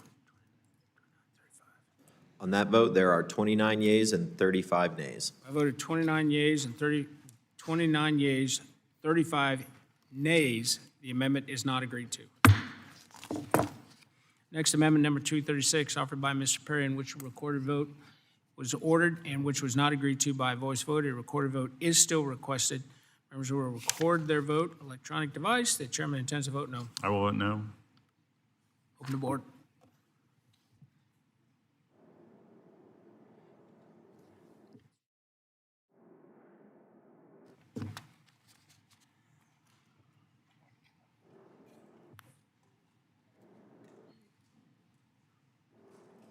Has everybody voted that intends to vote? Anybody wish to change their vote? Seeing none, close the board and record the total.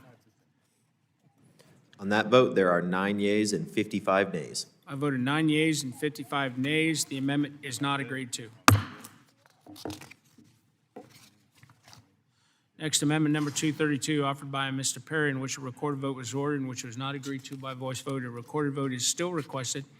Members will record their vote by electronic device. The chairman intends to vote no. Ranking vote no. Open the board.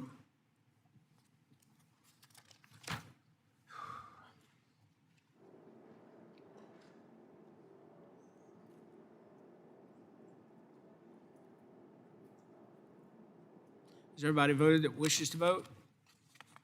Anybody wish to change their vote? Seeing no one, close the board and announce total. On that vote, there are 26 yeas and 38 nays. I voted 26 yeas, 38 nays.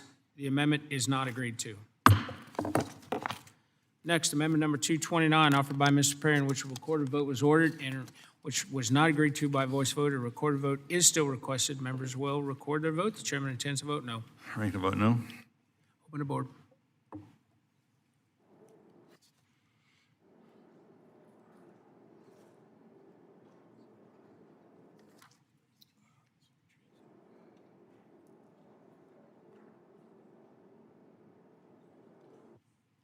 Has everybody voted that wishes to vote?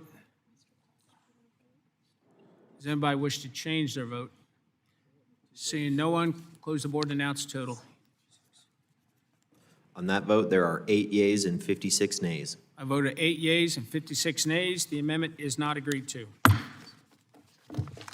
Next, amendment number 228, offered by Mr. Perry, in which a recorded vote was ordered and which was not agreed to by voice vote. A recorded vote is still requested. Chairman intends to vote no. Ranking vote no. Open the board.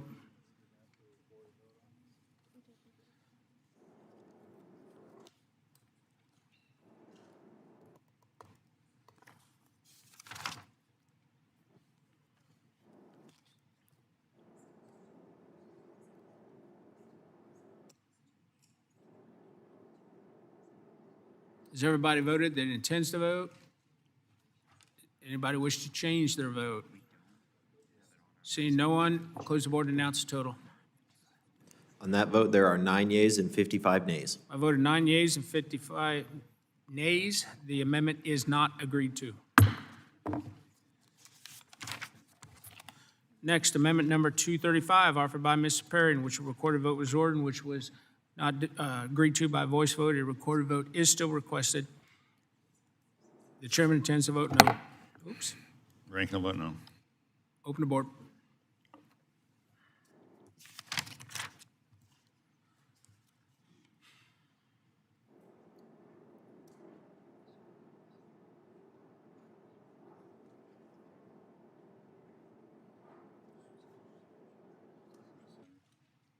Has everybody voted that wishes to vote? Anybody wish to change their vote? Seeing no one, close the board and announce the total. On that vote, there are 9 yeas and 55 nays. Voted 9 yeas, 55 nays. The amendment is not agreed to. Next, amendment number 234, offered by Mr. Perry, in which a recorded vote was ordered and which was not agreed to by voice vote. A recorded vote is still requested. Chairman intends to vote no. Ranking will vote no. Open the board.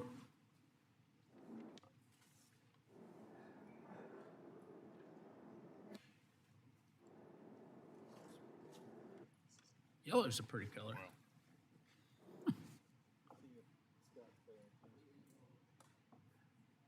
Everybody voted that wishes to vote? Anyone wish to change their vote? Seeing no one, close the board and announce the total. On that vote, there are 29 yeas and 35 nays. I voted 29 yeas and 35 nays. The amendment is not agreed to. Next, amendment number 244, offered by Mr. Perry, in which a recorded vote was ordered and which was not agreed to by voice vote. A recorded vote is still requested. Chairman intends to vote no. Ranking will vote no. Open the board.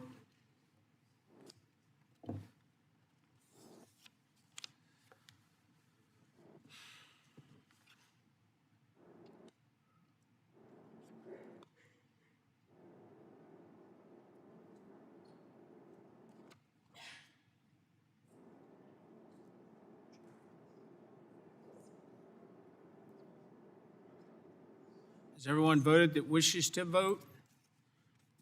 Does anyone wish to change their vote? Seeing no one, close the board and announce the total. On that vote, there are 25 yeas and 39 nays. I voted 25 yeas and 39 nays. The amendment is not agreed to.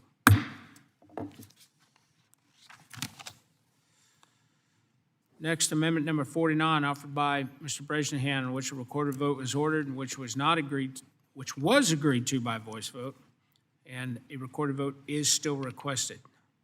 The chairman intends to vote aye. Ranking will vote no. Open the board.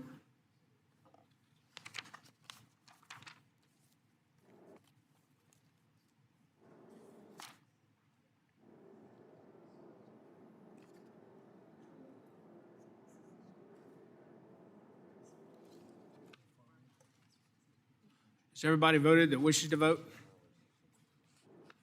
Does anybody wish to change their vote? Seeing no one, close the board, announce the total. On that vote, there are 36 yeas and 28 nays. I voted 36 yeas and 28 nays. The amendment is agreed to.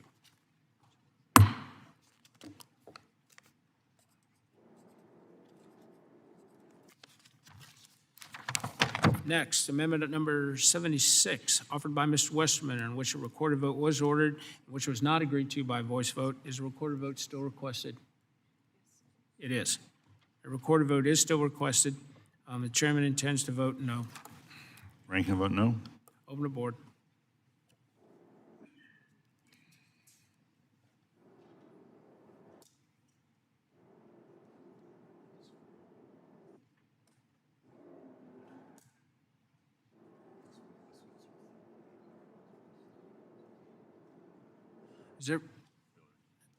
Hillary? Has everyone voted that wishes to vote? Does anyone wish to change their vote? Seeing no one, close the board and announce the total.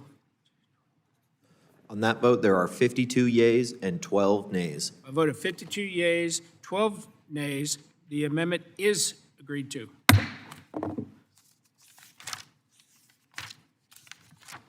Next amendment next amendment number 243, offered by Mr. Perry, in which a recorded vote was ordered, and which was not agreed to by voice vote. A recorded vote is still requested. Chairman intends to vote no. Ranking vote no. Open the board.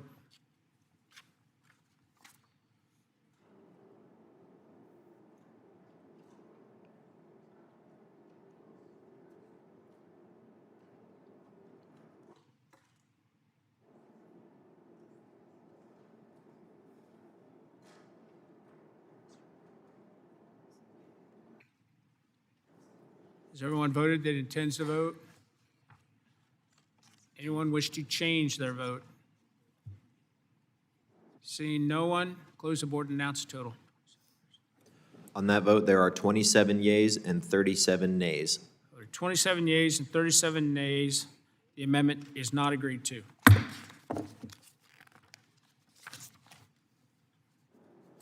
Next amendment number 233, offered by Mr. Perry, in which a recorded vote was ordered, which was not agreed to by voice vote. Is a recorded vote still requested? It is. The chairman intends to vote no. Ranking vote no. Open the board.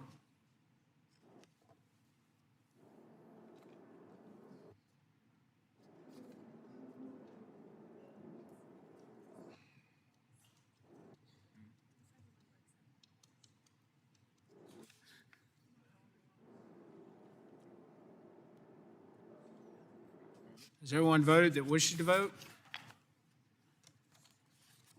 Anyone wish to change their vote? Seeing no one, close the board and announce the total. On that vote, there are 16 yeas and 48 nays. A vote is 16 yeas and 48 nays. The amendment is not agreed to. Next, amendment number 230, offered by Mr. Perry, in which a recorded vote was ordered and which was not agreed to by voice vote. A recorded vote is still requested. The chairman intends to vote no. Ranking vote no. Open the board.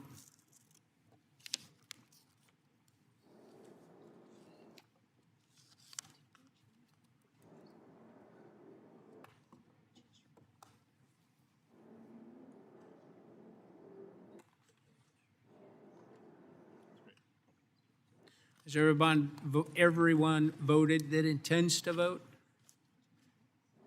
Anyone wish to change their vote? Seeing no one, close the board and announce the total. On that vote, there are 7 yeas and 57 nays. I vote 7 yeas and 57 nays. The amendment is not agreed to. Next, amendment number 237, offered by Mr. Perry, in which a recorded vote was ordered and which was not agreed to by voice vote. Is a recorded vote still requested? It is. A recorded vote is still requested. Members will record their votes. Chairman intends to vote no. Ranking vote no. Open the board.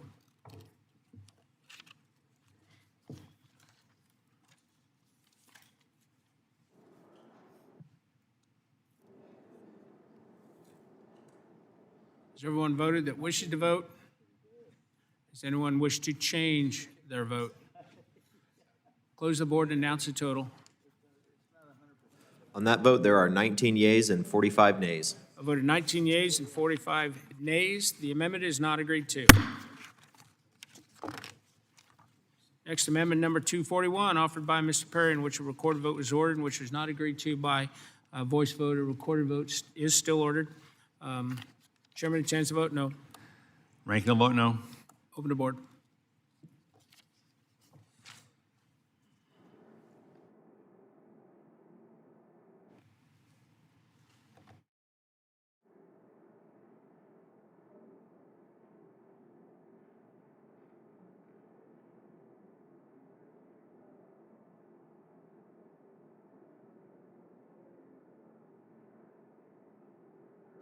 Has everyone voted that intends to vote? Does anyone wish to change their vote? Seeing no one, close the board and announce the total. On that vote, there are 20 yeas and 44 nays. I voted 20 yeas and 44 nays. The amendment is not agreed to. Next, amendment number 242, offered by Mr. Perry, in which a recorded vote was ordered and which was not agreed to by voice vote. A recorded vote is still requested. Chairman intends to vote no. Ranking vote no. Open the board.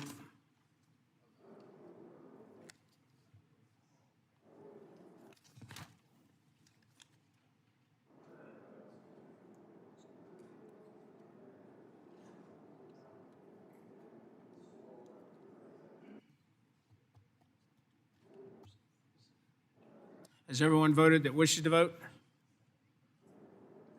Does anyone wish to change their vote? Seeing no one, close the board and announce the total. On that vote, there are 13 yeas and 51 nays. I voted 13 yeas and 51 nays. The amendment is not agreed to. Next, amendment number 246, offered by Mr. Perry, in which a recorded vote was ordered and which was not agreed to by voice vote. A recorded vote is still requested. Chairman intends to vote no. Ranking will vote no. Open the board.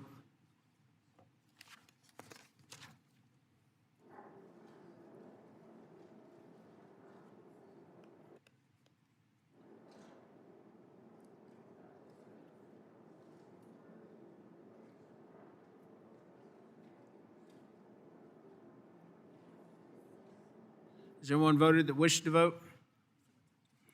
Anyone wish to change their vote?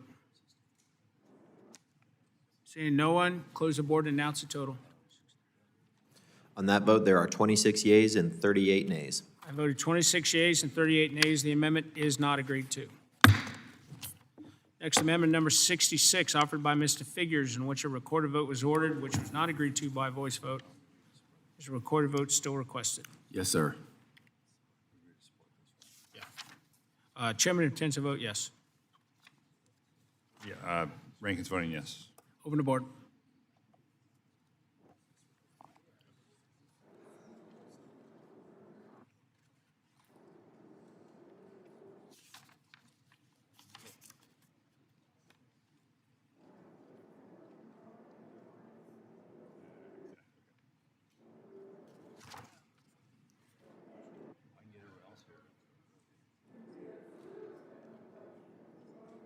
Has everyone voted that intends to vote?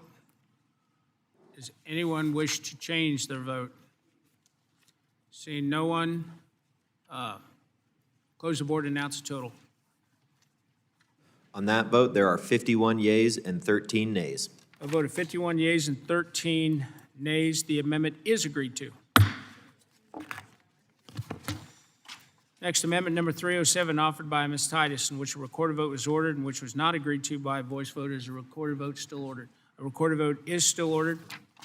Chairman intends to vote no. Rankin support. Open the board. Hold on a second. Rankin's opposing.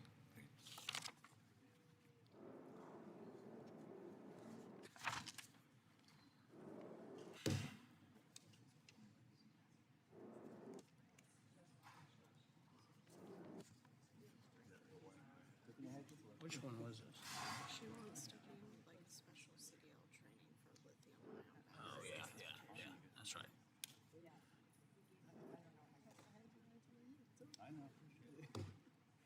Has everyone voted that wishes to vote? Anyone wish to change their vote? Close the board and announce the total.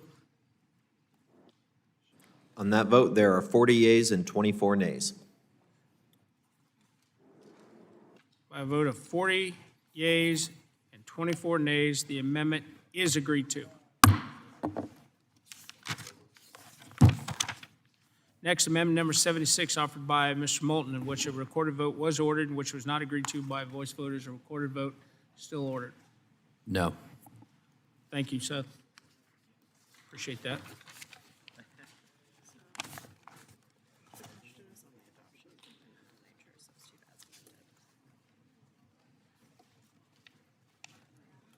The question is on the adoption of the amendment in the nature of a substitute to H.R. 8870 as amended.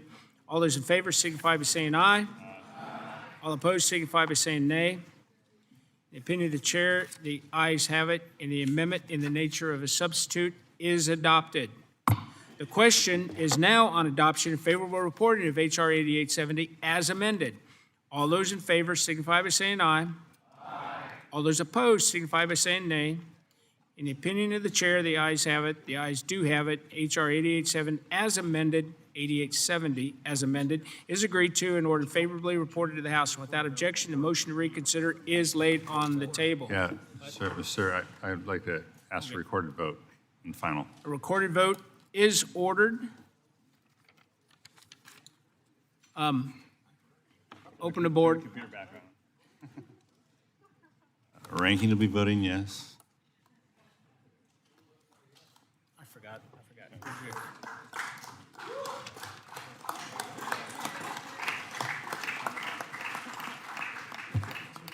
Thanks, Pete. Hey, you're slick on.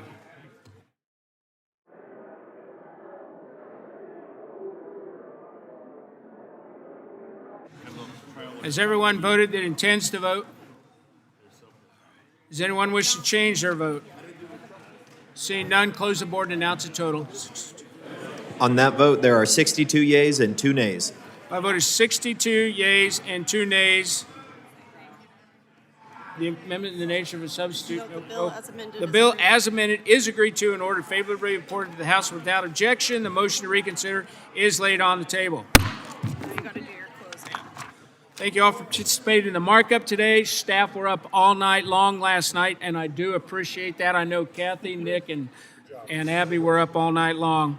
So thank you for participating. I'd ask unanimous consent that each major order reported today be reported as a single amendment in the nature of a substitute incorporated in any amendments adopted without objection. That is so ordered. I'd ask unanimous consent that the staff be authorized to make all necessary technical, clarifying, conforming changes to each of the measures ordered reported today to reflect the actions of the committee, and without objection, that is so ordered. Pursuant to House Rule 22, Clause 1, I'd ask unanimous consent that the chairman or his designee be authorized to offer such motions as be necessary in the House to go to conference with the Senate on the legislation adopted today or any similar measure. Without objection, that is so ordered. I'd ask unanimous consent. The chairman, after consultation with the ranking member, have authority to strike or revise any provision of the measures adopted or ordered reported today that would cause a sequential referral to another committee or that would cause the bill to be subject to a budget act or a Rule 21 cut-go point of order.